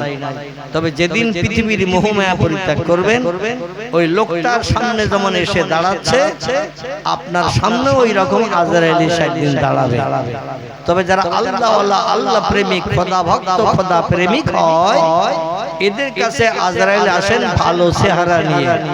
আর যাদের নামাজ নাই, কালাম নাই, রমজানের রোজা নাই, ইসলাম শরীয়ত নাই, মিথ্যা ছাড়া কথা বলে না, গালিগালাজ ছাড়া কারোর সঙ্গে কোনো আলাপ করে না, অমুকের বাচ্চা শোন, তমুকের ছেলে শোন, মানে কথা বলে তো গালিগালাজ, আর কথা বলে তো মিথ্যা। এই রকম শরীয়তের খেলাফমূলক কাজ যার জীবনে সরাসরি চলেছে, এ লোকটার কাছে আজরাইল ভালো চেহারা নিয়ে আসবে বলে মনে হয়, ওই রকম ভয়ঙ্কর চেহারা নিয়ে আসবে। আপনার প্রাণটা দেহের ভিতরে বিভিন্ন জায়গায় পালানোর চেষ্টা করবে। একবার মাথায় যাবে, একবার হাতে যাবে, একবার বুকের ভিতরে, পাঁজরের ভিতরে, এখানে সেখানে আমাদের প্রাণ পাখি রূহ, এই রূহটা পালানোর চেষ্টা করবে। তিরমিজি শরীফের হাদিস, পয়গম্বর মুহাম্মদ রাসূলুল্লাহ বলছেন, যেখানে পালাবে সেখানে আজরাইল হাত উঁচু করে দেখাবে। আজরাইলের হাতে একটা চুম্বকের কানেকশন আছে। কিসের কানেকশন? আচ্ছা, চুম্বক কে কে দেখেছেন? একটু হাত তুলে দেখি। চুম্বক, আলহামদুলিল্লাহ। তাহলে আমি চুম্বক এই জন্য দেখেছেন, হাত তুলতে বললাম যাতে আমার বক্তব্যটা তাড়াতাড়ি বুঝতে পারে। আচ্ছা, চুম্বকের পাশে লোহা ধরলে মনে হয় গায়ে গায়ে লাগে না? লাগে। আচ্ছা, চুম্বকের পাশে 1 টাকা 2 টাকার কয়েন যদি ধরেন তো লাগে না মনে হয় নাকি? কাট করে ধরে নাই। মানে চুম্বকের কানেকশন, পয়সা ধরলে, লোহা ধরলে, একটা ব্লেড যদি ধরেন, সুচ ধরেন, সুচ সেলাই করি, ও ধরলে সঙ্গে সঙ্গে কাট করে টেনে নেয় না? টেনে নেয়। আজরাইলের হাতে ওইরকম একটা চুম্বকের কানেকশন আছে। ও যেই হাত উঁচু করে আর প্রাণ তখন পালানোর চেষ্টা করে, আমার যে ধরতে এসেছে এখনই যে আমার কানেকশনে টেনে নেবে, ও দেহের বিভিন্ন জায়গায় পালানোর জন্য চেষ্টা চালায়। যেখানে পালায় সেখানে দেখে ওই তো সেই হাত আসছে। তখন পালাতে পালাতে বাম পায়ের কড়ি আঙুল কিংবা বুড়ি আঙুল, দুটি তত্ত্ব এসেছে।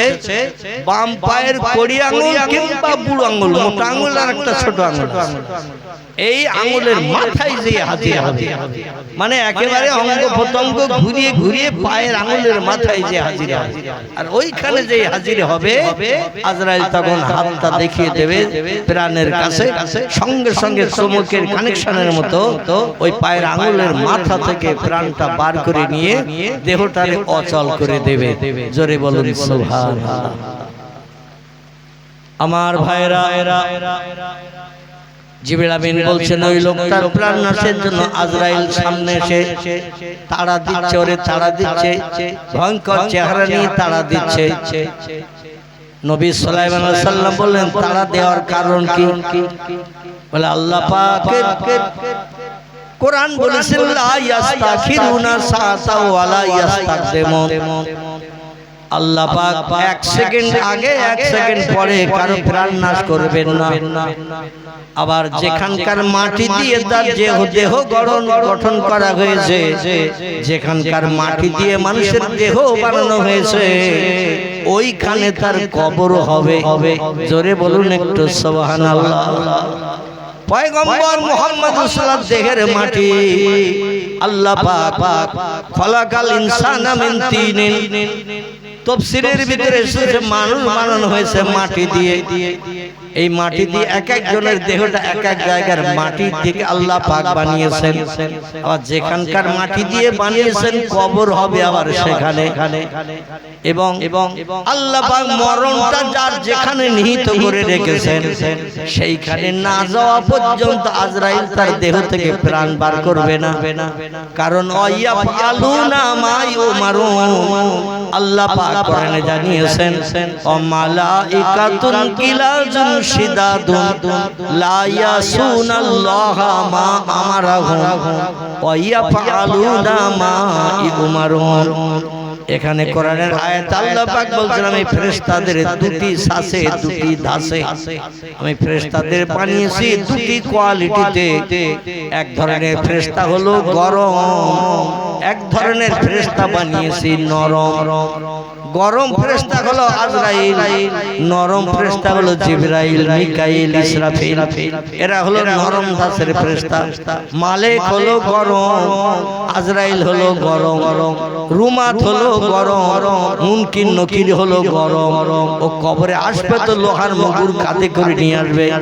ওয়ালাহুম মাকামি মিন হাদিদিন কুল্লামা আরাদু আইয়াখরুজু মিনহা মিনাল গাম্মি উইদু ফিহা ওয়াযুকু মিন আযাবিল হারিক। জোরে বলুন একটু আল্লাহু আকবার। আল্লাহ বলেন কবরে যখন ফেরেশতা আসবে ও দুজন ফেরেশতা আসবে, মুনকির নকিরদের দুজনের নাম। ওরা কাঁধে একটা করে লোহার মুগুর নিয়ে কবরে ঢুকবে। মুগুর কিন্তু কাঠের মুগুর না। হাদিদ শব্দের বাংলা অর্থ হলো লোহা। মাকামে মিন হাদিদিন, লোহার বানানো মুগুর কাঁধে করে নিয়ে আসবে। প্রশ্ন করবে তিনটি, উত্তর সঠিক দিলে মুগুরের ঘা খেতে হবে না। আর প্রশ্নের উত্তর যদি দিতে না পারি ও মুগুরের ঘা মারবে মাথায় কবরে বসিয়ে। কবরে শোয়া অবস্থায় কবরে দাফন হয়, ওই লাশ জিন্দা করে কবরে বসানো হয়। বসিয়ে প্রশ্ন করবে মান রব্বুকা। উত্তর যদি সঠিক হয় আলহামদুলিল্লাহ, আর উত্তর যদি সঠিক না হয় ওই মুগুর কাঁধের থেকে এবার নিয়ে দুই হাত দিয়ে ধরে গুরুম করে নারী হোক বা পুরুষ হোক মাথায় মেরে দিয়ে দেবে। আর মাথায় মেরে দেওয়ার কারণে 70 গজ মাটির তলায় ঢুকে যাবে। কগজ হাতে কহা 140 হাত। আচ্ছা 140 হাত কোন কিছু নিয়ে যদি আপনি জমিনে যদি চেপিয়ে পুঁততে যান শক্ত মাটিতে, ও কতটা যাবে? যাবে না। নরম কাদা টাদা হলে কিছুটা অন্তত যাবে, কিন্তু কবরের তলার মাটি শক্ত থাকে না নরম থাকে? দেখবেন মাটি অ্যাডজাস্ট হয়ে শক্ত থাকে। এই পুকুরের পানির নিচে যে মাটি থাকে ওটা হলো কাদা মাটি, নরম পাক, এটা নরম। তার তলায় কাদা সরিয়ে দেবেন, দেখবেন শক্ত মাটি। কি থাকে না? থাকে না? পাকের তলায় শক্ত মাটি। এখানে কিন্তু জারি জুরি খাটবে না, ওখানে কোদাল দিয়ে কপিয়ে মাটি কাটতে হবে। আর এমন মুগুর মারবে কবরে বসা অবস্থায় 70 গজ মাটি পুড়িয়ে তলায় চলে যেতে হবে। ফেরেশতা বলবেন প্রথম ঘা দিলাম, তোমার কাজ কিন্তু এখনো শেষ হয়নি। কান ধরে আবার টেনে তোলা, ওঠ। এখন আর দুটো প্রশ্ন বাকি। অমান নবী হোকা, কোন নেতার নেতৃত্ব পৃথিবীতে মেনে সারা জীবন চলেছো বলো? রামকৃষ্ণ পরমহংসদেব, বুদ্ধদেব, গুরু নানক, মহাবীর, আচার্য কেশবচন্দ্র, মোজেস, যিশু, সক্রেটিস, বালক ব্রহ্মচারী, বাবা রামদেব? কোন নেতা তোমার কাছে প্রিয় পছন্দনীয় ছিল? না সিনেমার অভিনেতা অভিনেত্রী, নায়ক নায়িকা, না তোমার বন্ধু তোমার কাছে প্রিয় ছিল? একসঙ্গে খেতে, একসঙ্গে বেড়াতে, একসঙ্গে চাকরি করতে, একসঙ্গে অফিসে সামনাসামনি টেবিলে বসে গল্প করতে, তোমার মনের মানুষ কে ছিল? না তোমার স্ত্রী ছিল, না মা ছিল, না বাপ ছিল, ভাই ছিল, বোন ছিল? কে তোমার প্রিয় লোক ছিল বলো? সেদিন যদি মার নাম বলি, বাপের নাম বলি, ভাইয়ের নাম বলি, স্ত্রীর নাম বলি, সাদের একটা মেয়ে ছিল, মেয়ের নাম বলি, কিংবা বন্ধুর নাম বলি, রেহাই হবে? কি হবে? রেহাই হবে না। সেদিন নাম বলতে হবে মুহাম্মাদুন নবিয়্যু। জোরে বলুন একটু সুবহান। কি বলতে হবে? মুহাম্মাদুন নবিয়্যু, আমার প্রিয় নেতা, চলার বলার, আমার কাজকর্ম করার সবকিছুর বিধান দাতা মালিক ছিলেন মুহাম্মাদুর রাসূলুল্লাহ। এই কথাটা বললেই 2 নম্বরের ঘা থেকে নিষ্কৃতি পাওয়া যাবে। আর যদি অন্য কোনো নাম বেরিয়ে যায়, কাদের থেকে মুগুর নিয়ে আবার গুলন করে মারা হবে। এইভাবে 3টে প্রশ্ন হবে। 3টে প্রশ্নের উত্তর অধিকাংশ মানুষ দিতে পারবে না। কবরে যাওয়ার পরও শয়তান সেখানে ধোঁকা দেবে। কবরে যাওয়ার পরও শয়তান সেখানে ধোঁকা দেবে। এই জন্য পাক্কা ঈমানদার ছাড়া শয়তানের ধোঁকা থেকে বাঁচা খুব মুশকিল হবে। জোরে বলুন একটু আমিন। এই জন্য একটু পাক্কা ঈমানদার হতে হবে। তা আল্লাহ বলে আমার শক্তি ক্ষমতা সব শক্তির ঊর্ধ্বে, এটা না দেখে বিশ্বাস করো, তাহলে তোমরা হবে পাক্কা মুমিন। জোরে বলুন একটু সুবহানাল্লাহ। পয়গম্বর সুলাইমান শুনলেন জিবরিল আমিনের কাছে, বলে লোকটার মরণ হবে চীন দেশের অমুক জায়গায়, ওইখানে তার মরণ আল্লাহ তকদিরে লিখে রেখে দিয়েছে। ও আছে আপনার মিশরের দেশে। মিশর থেকে চীন কাছাকাছি না দূরে? মিশর থেকে চীন অনেক অনেক অনেক হচ্ছে চীন দেশের অমুক জায়গায় ওই লোকটার মরণ আল্লাহ তকদিরে লিখে রেখে দিয়েছে। আর লোকটা বাস করছে মিশরে। মরণের সময় খুব বেশি নেই। দেহ থেকে প্রাণ নাশ করে দেহটা অচল করার সময় আর খুব বেশি নেই। তাই আজরাইল আলাইহিস সালাম ওর কাছে আসছে, কিন্তু প্রাণ বার করে নিচ্ছে না। কারণ এখন 1-1 মিনিট কিন্তু 5 মিনিট বাকি আছে। তাই ওর সামনে এসে ভয় দেখাচ্ছে যাতে ও মরণের জায়গায় যেয়ে পালায়। যেখানে মরণ হবে চীন দেশে, ওই মিশর থেকে চীন দেশে যেন যায়। সেখানে না গেলে আজরাইল প্রাণনাশ করবে না। কারণ এক জায়গায় মরণ লেখা আর এক জায়গায় প্রাণনাশ করলে আজরাইলের কৈফিয়ত দিতে হবে। জোরে বলুন সুবহানাল্লাহ। ওর মরণ তকদিরে লেখা আছে চীন দেশের অমুক জায়গায়, তুমি মিশরে মেরেছ কেন? এই কৈফিয়ত দিতে হবে। এই জন্য ফেরেশতারা আল্লাহর হুকুম ছাড়া কাজ করে না। তাই ও ভয় দেখাচ্ছে বিকট চেহারা নিয়ে, লোকটা যাতে তাড়াতাড়ি চীন দেশে চলে যায়। তাহলে আসে লোকটা মিশর আর চীন দেশে যাবে। বলে ওই লোকটা আপনার কাছে বলছে না যে আমারে রক্ষা করে শত্রুর হাত থেকে, যেখানে যাচ্ছি যেখানে পালাচ্ছি আমারে সামনে দিয়ে ভয় দেখাচ্ছে। আমি ভীত সন্ত্রস্ত হয়ে হয়তো হার্ট অ্যাটাক করে আড়ষ্ট হয়ে মারা যাবো। তো সুলাইমান নবী বলছেন তোমারে কোথায় কোন জায়গায় রেখে আসলে তুমি ওই শত্রুর হাত থেকে বাঁচতে পারবে বলে মনে হয়? বলছে হুজুর ওই মিশরের দেশে আমি যেখানে পালাচ্ছি সেখানে তো যাচ্ছে পাহাড়ের গুহায় ঝোপঝাড় জঙ্গলে, এই জন্য আমারে উড়িয়ে নিয়ে একটু চীন দেশে নিয়ে যান। অনেক দূরের দেশ, চীন দেশ নাম শুনেছি, সেই দেশে আপনার এই রাজসিংহাসনে বসে একটু উড়িয়ে নিয়ে যান, নিয়ে ওই দেশে নিয়ে যেয়ে আপনি যদি একটু রেখে দেন পাহাড়ের কোনো গুহার ভিতরে ভিতরে, তাহলে মনে আছে এই ভয়ঙ্কর শত্রু আমার আর খোঁজ পাবে না, আমার আর দেখতে পাবে না। আর সুলাইমান নবীর রাজসিংহাসন এরোপ্লেনের মতো উড়ে বেড়াতো না, বেড়াতো না, এরোপ্লেনের মতো উড়ে বেড়াতো। 12,000 যাত্রী নিয়ে প্লেন উড়ে চলে যেত, বিনা তেলে, বিনা কলে, বিনা ড্রাইভারে। কয়েকদিন আগে একটা প্লেন অ্যাক্সিডেন্ট হয়েছে না, মারা গেছে না সব, একজন বোধহয় বেঁচে আছে।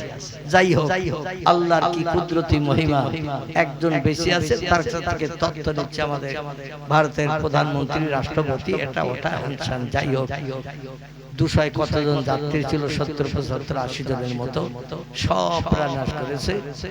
যাই হোক, আগুন ধরে দিয়ে সব পুড়িয়ে ছারখার হয়ে গেছে। তো আমি যেটা বলতে চাই সেটা, পৃথিবীর মানুষ মেশিন দিয়ে, কলকাবজা দিয়ে, মেশিন দিয়ে বানায় এরোপ্লেন, মাঝে মাঝে অ্যাক্সিডেন্ট হয়, মাঝে মাঝে যাত্রীদের প্রাণ নাশ হয়, ড্রাইভারের প্রাণ নাশ হয়, স্বেচ্ছাসেবক সেবিকা যারা থাকে সকলের প্রাণ নাশ হয়, কেউ বাঁচে না। আচ্ছা, সুলাইমান নবীর রাজসিংহাসনে একটা মানুষ মারা গেছে এমন কোন তথ্য আছে কেতাবে? একটা মানুষ মারা গেছে কোন তথ্য কেতাবে না। কারণ নিশ্চিন্তে হাওয়ারে ডেকে বলতেন, হাওয়া আমার রাজসিংহাসনে উড়িয়ে নিয়ে যান। হাওয়া পর্যন্ত আল্লাহ তারে বশ করে দিয়ে দিয়েছিল। তো এই হাওয়া তারে উড়িয়ে নিয়ে চলে যেত 12,000 যাত্রী সময়। তাহলে এই প্লেনটা একটু ছোট প্লেন বলে মনে হয়? আপনাদের নেকো খাসদোয়ার বাবার কথা আল্লাহ পাক 3টে বছর প্লেনে ওঠা আমার বন্ধ ছিল। এই 2025-এর কার্তিক মাসের 2 তারিখ থেকে আমি প্রথম প্রোগ্রাম শুরু করেছি। তারপরে গত চৈত্র মাস রমজানের শেষে আর বৈশাখের বোধহয় সম্ভবত 12 তারিখের মধ্যে কয়েকবার আসামও গেছি, কয়েকবার ত্রিপুরাও গেছি প্রোগ্রাম করতে এবছর। এমনকি বাংলাদেশেও গিয়েছিলাম বৈশাখের 20 তারিখে, ফিরেছি 25 তারিখে। 4 দিনের মতো বাংলাদেশ প্রোগ্রামও করে এসেছি। তো যেটা আমি বলতে চাচ্ছি সেটা ওই 180, 85, 190 জন করে যাত্রী ধরে সচরাচর স্বাভাবিক প্লেনে 180, 85, 90, মানে 3টে করে সিট, 2টো লাইন, মাঝখানে একটা পথ। যে প্লেনগুলো 2টো করে সিট, মাঝখানে একটা পথ, ওতে খুব বেশি যাত্রী ধরে না। কিন্তু 3টে করে সিট আছে, 2 ধারে 2টো লাইন, মাঝখানে একটা পথ, এতে 180, 85, 90 পর্যন্ত ধরে। আবার এমন বড় বড় প্লেন আছে, যেমন যে প্লেন আমি হজ পাকে গিয়েছিলাম 2002 সালে, সেই প্লেনে ছিল 3টে লাইনে সিট, আর এক এক লাইনে 3টে করে সিট, 3টে লাইন, মাঝখানে 2টো পথ। তো এ মাথা থেকে ও মাথা নজরে দেখা যাচ্ছে না, এত লম্বা। যাই হোক, 700, 750 মতো যাত্রী এক একটা প্লেনে নিয়ে গেছে। প্লেনটার নাম লেখা ছিল আগ্রা। কি নাম বললাম? আগ্রা। আগ্রা আমাদের উত্তরপ্রদেশ আছে না, আগ্রা তাজমহল, ওই আগ্রার নাম লেখা ছিল। তো 700-800 যাত্রী ধরবে একটা প্লেনে, এ মাথা থেকে ও মাথা দেখতে পাওয়া যায় না। আর যার রাজসিংহাসনে বসে 12,000 লোক যায়, তাহলে ওটা কেমন আকারের হবে মোটামুটি একটা আইডিয়া করলে বুঝতে পারবে। ওই রাজসিংহাসনে বসে হাওয়ারে ডাক দিল, হাওয়া এই লোকটা সব শত্রুর হাত থেকে নিষ্কৃতি পাবে, যাতে প্রাণ নাশ করতে না পারে, ক্ষতি করতে না পারে। এই জন্য হাওয়া তুমি উড়িয়ে নিয়ে চলো, আমার রাজসিংহাসনে লোকটা নিয়ে চীন দেশে চলো। হাওয়া যেই বলেছেন, হাওয়ার সঙ্গে সঙ্গে পয়গম্বর সুলাইমান সমেত লোকটারে নিয়ে উড়িয়ে নিয়ে চলে যাচ্ছে। এক মুহূর্তের ভিতরে মিশর থেকে চীন দেশে যাওয়ার পর জমিনে উপর দিয়ে যখন যাচ্ছে, পাহাড় টপকে টপকে যাচ্ছে, বহু পাহাড় পর্বত ঝোপঝাড় জঙ্গল টপকে যাওয়ার পরে লোকটার মনে মনে ইচ্ছা হলো, বহু দূর দেশে যে বহু পাহাড় হাজার হাজার টপকিয়েছি, নদী নালা সাগর পাড়ি পাড়ি দিয়েছি, নিশ্চয় নিশ্চয় শত্রু এখানে আর আসতে পারবে না। বলে হুজুর আপনি এখানে আপনার প্লেন নামান, রাজসিংহাসন নামান, এইখানে কোন একটা সেফটি জায়গায় ভালো জায়গায় আমার আশ্রয়ের সুযোগ করে দিন, যাতে ওখানে আমি অন্তত আশ্রয় নেই শত্রুর হাত থেকে নিষ্কৃতির জন্য। সুলাইমান বললেন যেখানে তোমার পছন্দ সেখানটায় বলো, আমি সেখানে তোমারে দিয়ে দেব। লোকটা একটা পাহাড়ের গুহার ভিতরে খাদগর্ত গুহার ভিতরে থেকে বললো এই জায়গাটা আমারে রেখে দেন, নিশ্চয় শত্রু এখানে আমার আর খুঁজে পাবে না। যেই পাহাড়ের গুহার ভিতরে লোকটার দিয়ে সুলাইমান নবী রাজসিংহাসন উড়িয়ে নিয়ে আবার মিশরে চলে এসেছেন দেশের প্রজাদের সুখ দুঃখের ভাগিদার বনার জন্য। আর যেই পাহাড়ের গুহার ভিতরে ঢুকিয়ে দিয়েছেন, আজরাইল সঙ্গে সঙ্গে গুহার মুখে হাজির। আজরাইল সঙ্গে সঙ্গে গুহার মুখে হাজির। আজরাইলের মুখে এখন আর ভয়ঙ্কর চেহারা নাই, ভয়ার্থ কোনো চেহারা নাই। আমার ভাইরা চেহারাটা স্বাভাবিক করে নিয়েছে। লোকটা তখন দেখছে এই লোকটাই তো আমার পূর্বে তাড়াচ্ছিল মিশরের দেশে। চেহারার কিছু নমুনা পাচ্ছি, তবে ভয়ঙ্কর ছিল তখন, চেহারার বিকট বিকৃতি ছিল, এখন তার দেখছি না। লোকটা তখন দেখে বলছেন মান আনতা মাসমুকা ইয়া আখি, আমি যেখানে যাচ্ছি সেখানে তোমার দেখছি, তুমি কে একটু পরিচয় দাও। বলছে আনা মালিকুল মউত, আনা মুখমেদুস সাউত, আমি হলাম মৃত্যুর যমদূত, হরিষে বিষাদনকারী, স্ত্রীর বিধবা বানাই, সন্তানের এতিম করি। আমার কাজ হলো মানুষের দেহ থেকে প্রাণ বার করা নয়। পৃথিবীতে যত সৃষ্টি বাস করে সব সৃষ্টির প্রাণ নাশ করি আমি, আমার সহযোগী বন্ধুরা। জোরে বলুন একটু সুবহানাল্লাহ। আজরাইল বলছে আমি একবার নিঃশ্বাস ফেলি আর একবার নিঃশ্বাস ত্যাগ করলে তিরমিজি শরীফের হাদিস ৭০,০০০ করে ফেরেশতা তৈরি হয় তার হুকুম শুনে কাজ করার জন্য। বোঝা গেল? আজরাইল মাঝে মাঝে একবার করে নিঃশ্বাস ফেলেন। জনসংখ্যা পৃথিবীতে যত বাড়বে আজরাইলের প্রয়োজন হলে একটু নিঃশ্বাস ছাড়বে, আর যেই নিঃশ্বাস ছাড়বে একবার করে নিঃশ্বাস ছাড়বে ৭০,০০০ করে ফেরেশতা তৈরি হয়। আরে প্রত্যেকটা ফেরেশতা আজরাইলের নেতৃত্ব মানে আজরাইল যা বলে তারা তাই শোনে। এটা আল্লাহর দেয়া বিধান, আল্লাহ তাদের উপরে ন্যস্ত করে দিয়েছেন। জোরে বলুন একটু সুবহানাল্লাহ। লোকটি ডেকে বলছেন আপনার মুখে হাসি দেখছি, পূর্বে দেখছিলাম আপনার ভয়ঙ্কর চেহারা, কিন্তু এখন আপনার মুখে হাসি দেখছি, কারণ কি? বলে একেবারে মরণের সময়কাল এসে গেছে, আর ২-৫ সেকেন্ড মাত্র বাকি। শোনো, এই চীন দেশের মাটি দিয়ে আল্লাহ তোমারে বানিয়েছেন, যেখানে যে গুহার ভিতরে ঢুকেছো এইখানকার মাটি দিয়ে আল্লাহ তোমার বডি বানিয়েছেন, আবার এইখানে তোমার আল্লাহ মরণের ঠিক করে রেখে দিয়েছেন। তাই তুমি এইখানে না আসা পর্যন্ত আমি মৃত্যু ঘটাতে পারছি না। সময় হাতে খুব কম ছিল, তাই তোমার আমি একটু বিকট চেহারা নিয়ে ভয় দেখাচ্ছিলাম, যাতে তুমি তাড়াতাড়ি ছুটে এই পাহাড়ের ভিতরে আসো। ভয় না দেখালে তো তুমি মিশর থেকে এখানে আসতে না, সুলাইমান নবীর কাছে পালাতে না, আর উনি রাজসিংহাসনে করে তোমার এখানে উড়িয়ে নিয়ে আসতো না। তাই তোমার এখানে উড়িয়ে এনে আমার উপকার করে দিয়েছেন, তাই তোমার প্রাণ নাশ করতে আমি সুবিধা পেয়েছি। আল্লাহর হুকুমের খেলাপ আর হয়নি। জোরে বলুন একটু সুবহানাল্লাহ, নারায়ে তাকবীর। আচ্ছা, আজকের এই জলসায় যারা বসে আছে, আপনার কোন জায়গায় মরণ হবে একজন হাত তুলে একটু বলুন তো। রাস্তায় হবে না ঘরের খাটে হবে না হসপিটালের বেডে হবে না জামার বাড়ি হবে না শ্বশুর বাড়ি হবে না মাঠে ভুঁই রুইতে হয়? বাসপুরেও মাঝে মাঝে মরে না এই মাঠে কাজ করতে গিয়ে? এই তো ঘোজাডাঙ্গা বর্ডার, নাম শুনেছেন তো? ঘোজাডাঙ্গা বর্ডার, ওই বর্ডার থেকে একটুখানি ডান পাশে আবু বকর লোকটার নাম। আবু বকর তার ছেলে, মেজর ছেলে, বিবাহিত স্ত্রী, একটা মেয়ে। তো আমি মাঝে মাঝে প্রোগ্রাম সেরে যখন ভোর রাত্রিতে আসতাম বর্ডারে, তখন তো সব অফিস আদালত বন্ধ থাকতো। তো আমাদের আত্মীয় হয়, মানে আমার বোনের ননদ হয়, আমার একটা বোনের ননদ হয়।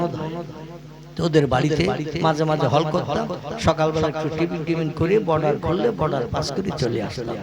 তো যাওয়ার সঙ্গে সঙ্গে তার মা যেমন কাছে, আবু বকর বলে লোকটা মাস্টারি করে, সেও তেমন কাছে। আমি বলি কি হয়েছে ভাই? তো বলছে আমার ছেলে মাঠে ভুঁড়ি ছিল, তাই ওখানে গিয়েছিল দেখতে। আর বজ্রাপাত হবি না হবি, আমার ছেলের উপরে হয়েছে, যারা ভুঁড়ি ছিল তাদের কারো কিছু হয়নি। জোরে বলুন সুবহানাল্লাহ।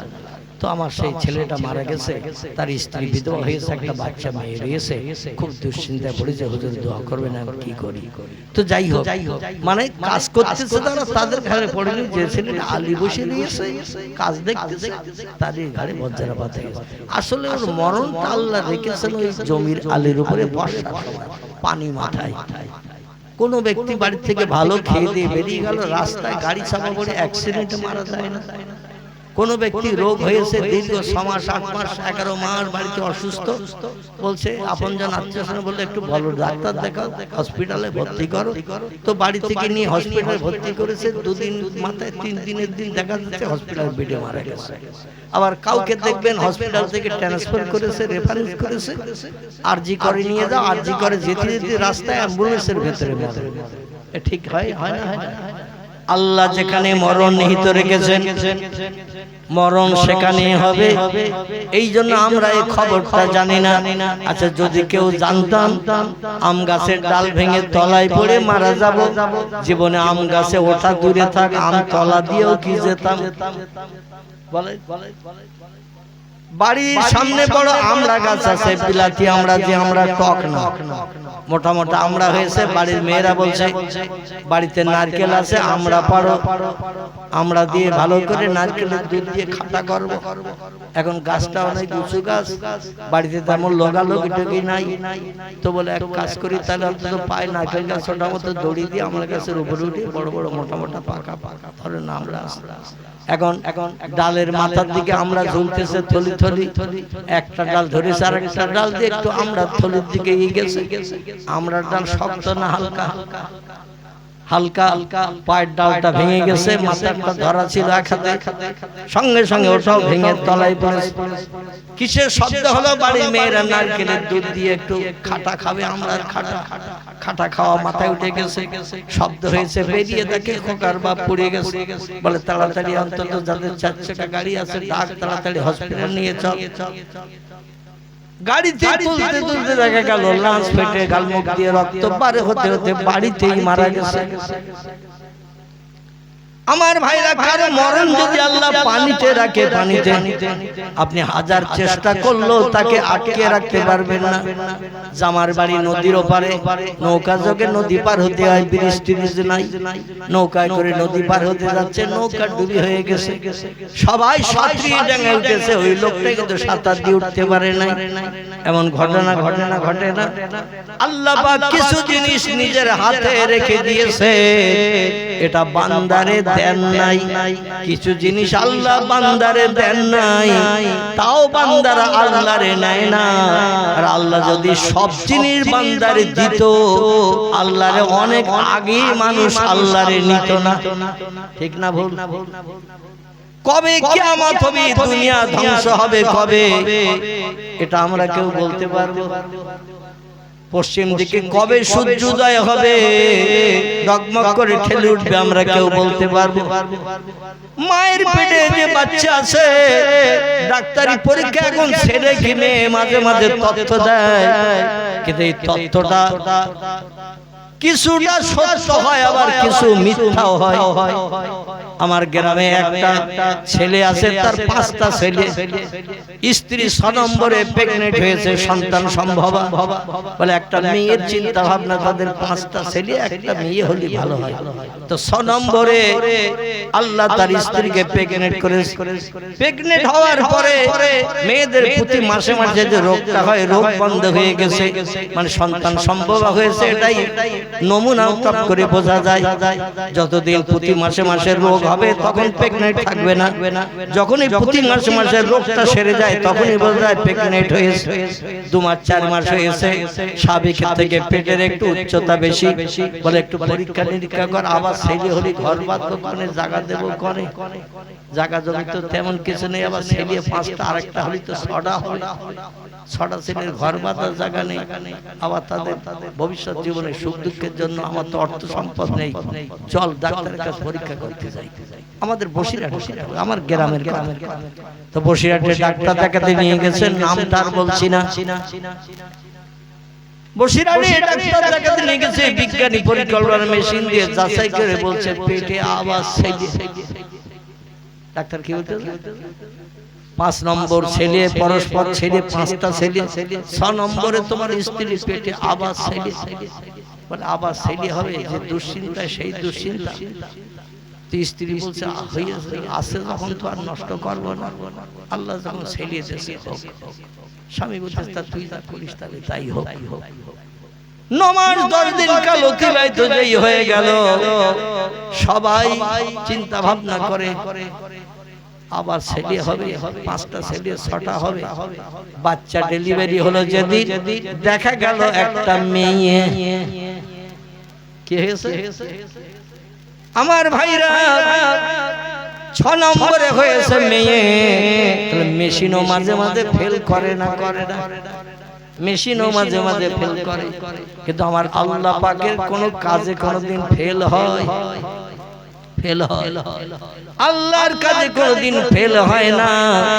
এজন্য আল্লাহ পাক কোরআনে বলছেন, ইয়া আইয়ুহাল্লাযীনা আমানু, ও দুনিয়ার ঈমানদার মুমিন মুমিনা নরনারী, আমার উপরে ঈমান আনো, বিশ্বাস স্থাপন করো, অকুনু মা সাদিকিন, এবং সত্যবাদী ঈমানদার মুমিনদের দলে দলভুক্ত হও, এবং তোমরা ওসিলা তালাশ করো, ওসিলা তালাশ করো আল্লাহ ওয়ালা, আল্লাহ প্রেমিক খোদা ভক্ত যারা হবে তাদের কাছে যে তথ্য নাও, দেখবে তারা যে তথ্যটা হবে 100% সেটা আল্লাহ সত্যে পরিগণিত করিয়ে দেয়। জোরে বলুন একটু সুবহানাল্লাহ। তবে এই আল্লাহ ওয়ালা, আল্লাহ প্রেমিক মানুষ এখন পৃথিবীতে খুঁজে পাওয়া খুব দুরূহ। ঠিক বললাম না? আল্লাহ ওয়ালা, আল্লাহ প্রেমিক খোদা ভক্ত মানুষ পৃথিবীতে খুঁজে পাওয়া খুব দুরূহ। একটা দলের মানুষ পৃথিবী আর খুঁজে পাওয়া যাবে না কিয়ামত পর্যন্ত। যাদের কথা সত্য, যেটা বলেছেন সেটা সত্য, মিথ্যা কোনোদিন রূপান্তরিত হয়নি, সেটা হলো নবী আম্বিয়ার দল। নবীরা যেটা বলেছেন পরবর্তীতে মানুষ অপেক্ষা করে ধৈর্য ধরে দেখেছেন সেটা বাস্তবে সত্য হয়েছে। সেই নবীর দল পৃথিবী থেকে উধাও হয়ে গেছে, উঠে গেছে আল্লাহর ডাকে সাড়া দিয়ে 1450 বছর আগে। কতদিন আগে? 1450 বছর আগে আল্লাহ পৃথিবী থেকে নবী পাঠানো বন্ধ করে দিয়েছেন। খাতামান নবিয়্যিন, নবীকে শেষ করে দিয়েছেন পৃথিবীতে পাঠানো। সত্য কথোপকথন, সত্য কথা বলা, মানুষের মগজের দুশ্চিন্তা দূর করার কাজ বন্ধ করে দিয়েছেন পয়গম্বর মুহাম্মদ রাসূলুল্লাহকে দিয়ে। 2 নম্বর আর একটা দলের মানুষ পৃথিবীতে এখনো কিছুদিন আছে এবং থাকবে, তবে এই পৃথিবী যখন শেষ লগ্নে চলে যাবে ওই দলের মানুষ আর খুঁজে পাওয়া যাবে না। সেটি হলো আমলে সালেহাকারী, সেটি হলো আমলে সালেহাকারী ব্যক্তি। এদের আরবি নাম বলা হয়েছে ওলি আউলিয়ার দল। জোরে বলুন একটু সুবহানাল্লাহ। আল্লাহ বলছেন মান আমানা বিল্লাহি ওয়াল ইয়াউমিল আখির ওয়া আমিলা সালিহান। খুব ভালো করে শুনেন। আল্লাহ বলছেন আমার উপরে যারা না থেকে বিশ্বাস করলো, ঈমান স্থাপন করলো, ওয়াল ইয়াউমিল আখির, পরকাল বলে একটা লম্বা জিন্দেগি আমি বানিয়ে রেখেছি। দুনিয়ার জিন্দেগি 10,000 বছর, 15,000, 20,000 বছর যদি পৃথিবীর বয়স হয়, পরকালের জিন্দেগিটা কিন্তু কোটি কোটি বছরের জিন্দেগি। দুনিয়ার জিন্দেগি মরণ অবশ্যম্ভাবী, মরণ হবেই হবে, কিন্তু পরকালের জিন্দেগিতে লা ইয়ামুতু আলাইকুম ফিহা, পরকালের জিন্দেগিতে কোনো মরণ নাই, কাউকে সেখান থেকে বাইরে কোনো জায়গায় ট্রান্সফার করাও হবে না। জোরে বলুন একটু আমিন। এই পরকাল না দেখে তোমাদের বিশ্বাস করতে হবে, সেটা ইয়াউমুল আখির, আখিরাত বলে যেটি আমরা বলি, আখিরাত, আখিরাত পরকাল। দুনিয়ার জিন্দেগির ফল পরকাল শুরু। আল্লাহ বলেন এটা না দেখে যারা বিশ্বাস করবে, আমার প্রথম না দেখে বিশ্বাস করা, 2 নম্বর পরকাল না দেখে বিশ্বাস করা, 3 নম্বরের কাজ হলো আমেলা সালেহা, আমার হুকুম মোতাবেক আমলে সালেহা, ভালো কাজ, সৎ কাজগুলো যারা করবে, ভালো ভালো কাজ করবে, নামাজ পড়বে, রোজা রাখবে, দান সাদকা করবে, মানুষের উপকার করবে, মানুষের প্রাণনাশ করবে না, মিথ্যা কথা বলবে না, চুরি ডাকাতি চিন্তাই করবে না, মদের গ্লাসে হাত দেবে না, সুদের ব্যবসা করবে না, এমন করে কোন ব্যক্তি জীবন নাশ করে বিবি বাচ্চাদের বিধবা তিন বানাবে না। এই পৃথিবীতে আল্লাহর কোরআনের বিধান মোতাবেক চলবে। ও আমেলা সালেহান, ভালো কাজ সৎ কাজ যারা করবে আল্লাহ বলেন ফালাহুম আজরুহুম ইনদা রাব্বিহিম, আমি আল্লাহ পাক আমার তরফ থেকে তাদের উত্তম পুরস্কারে বিবেচিত করব। ফালা খাউফুন আলাইহিম, দুনিয়া ও পরকালে তাদের কোনো ভয় নাই, চিন্তা নাই। ওয়ালা হুম ইয়াহজানুন, এমন কি রাতের গভীরে বালিশে মাথা দিয়ে শুয়ে চিন্তা ভাবনা ভবিষ্যতের জন্য করতে হবে না। সব সমস্যার সমাধান আমি আল্লাহ আমার নিজের হাতে রেখেছি। জোরে বলুন একটু আমিন। তাহলে আমরা বুঝতে পারলাম আমলে সালেহ আমাদের করতে হবে। মুয়াজ্জিন প্রতিদিন মসজিদে আযান দিলে কি করতে হবে? আযান দিলে নামাজ আদায় করতে হবে। রমজান মাস আসলে শুরু থেকে শেষ পর্যন্ত সারাদিন দাঁতে দড়ি দিয়ে কোন জিনিস দাঁতে কাটলে হবে না, সন্ধ্যা পর্যন্ত অনাহারা থাকতে হবে। সকাল সন্ধ্যা সময় পেলে আল্লাহর পাক কালাম কোরআন মজিদ একটু তেলাওয়াত করতে হবে। আল্লাহর পাক কালাম কোরআন তেলাওয়াত করতে হবে।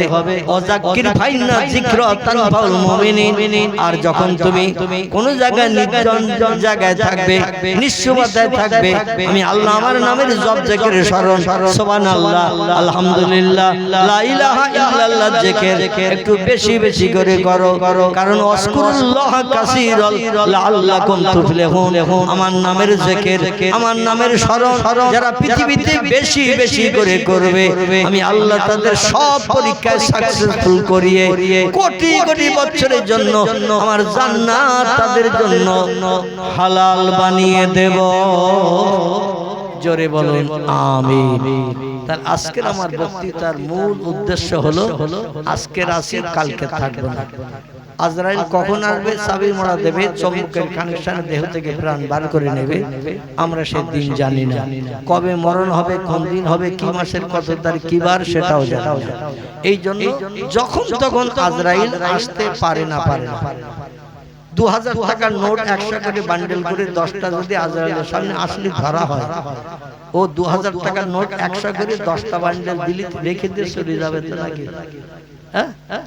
স্ত্রী কন্যা মানে বিবি, মেয়ে, মা আর যারা আছে মেয়েরা, এদের সোনার গহনা যৌতুক আদি যা আছে সবগুলো যদি ভরি একটা বাটিতে করে যদি বলি 8.5 ভরি 10.5 ভরি সোনা আমার বাড়িতে যা ছিল, বউ বাচ্চা মেয়ে বৌমাদের যা ছিল সব নিয়ে তোরে দিচ্ছি, অন্তত 13 দিন পরে আসিস, একটু চিন্তা ভাবনা করি, তারপর যাহাই করি, অন্তত 13টা দিন সময় দে।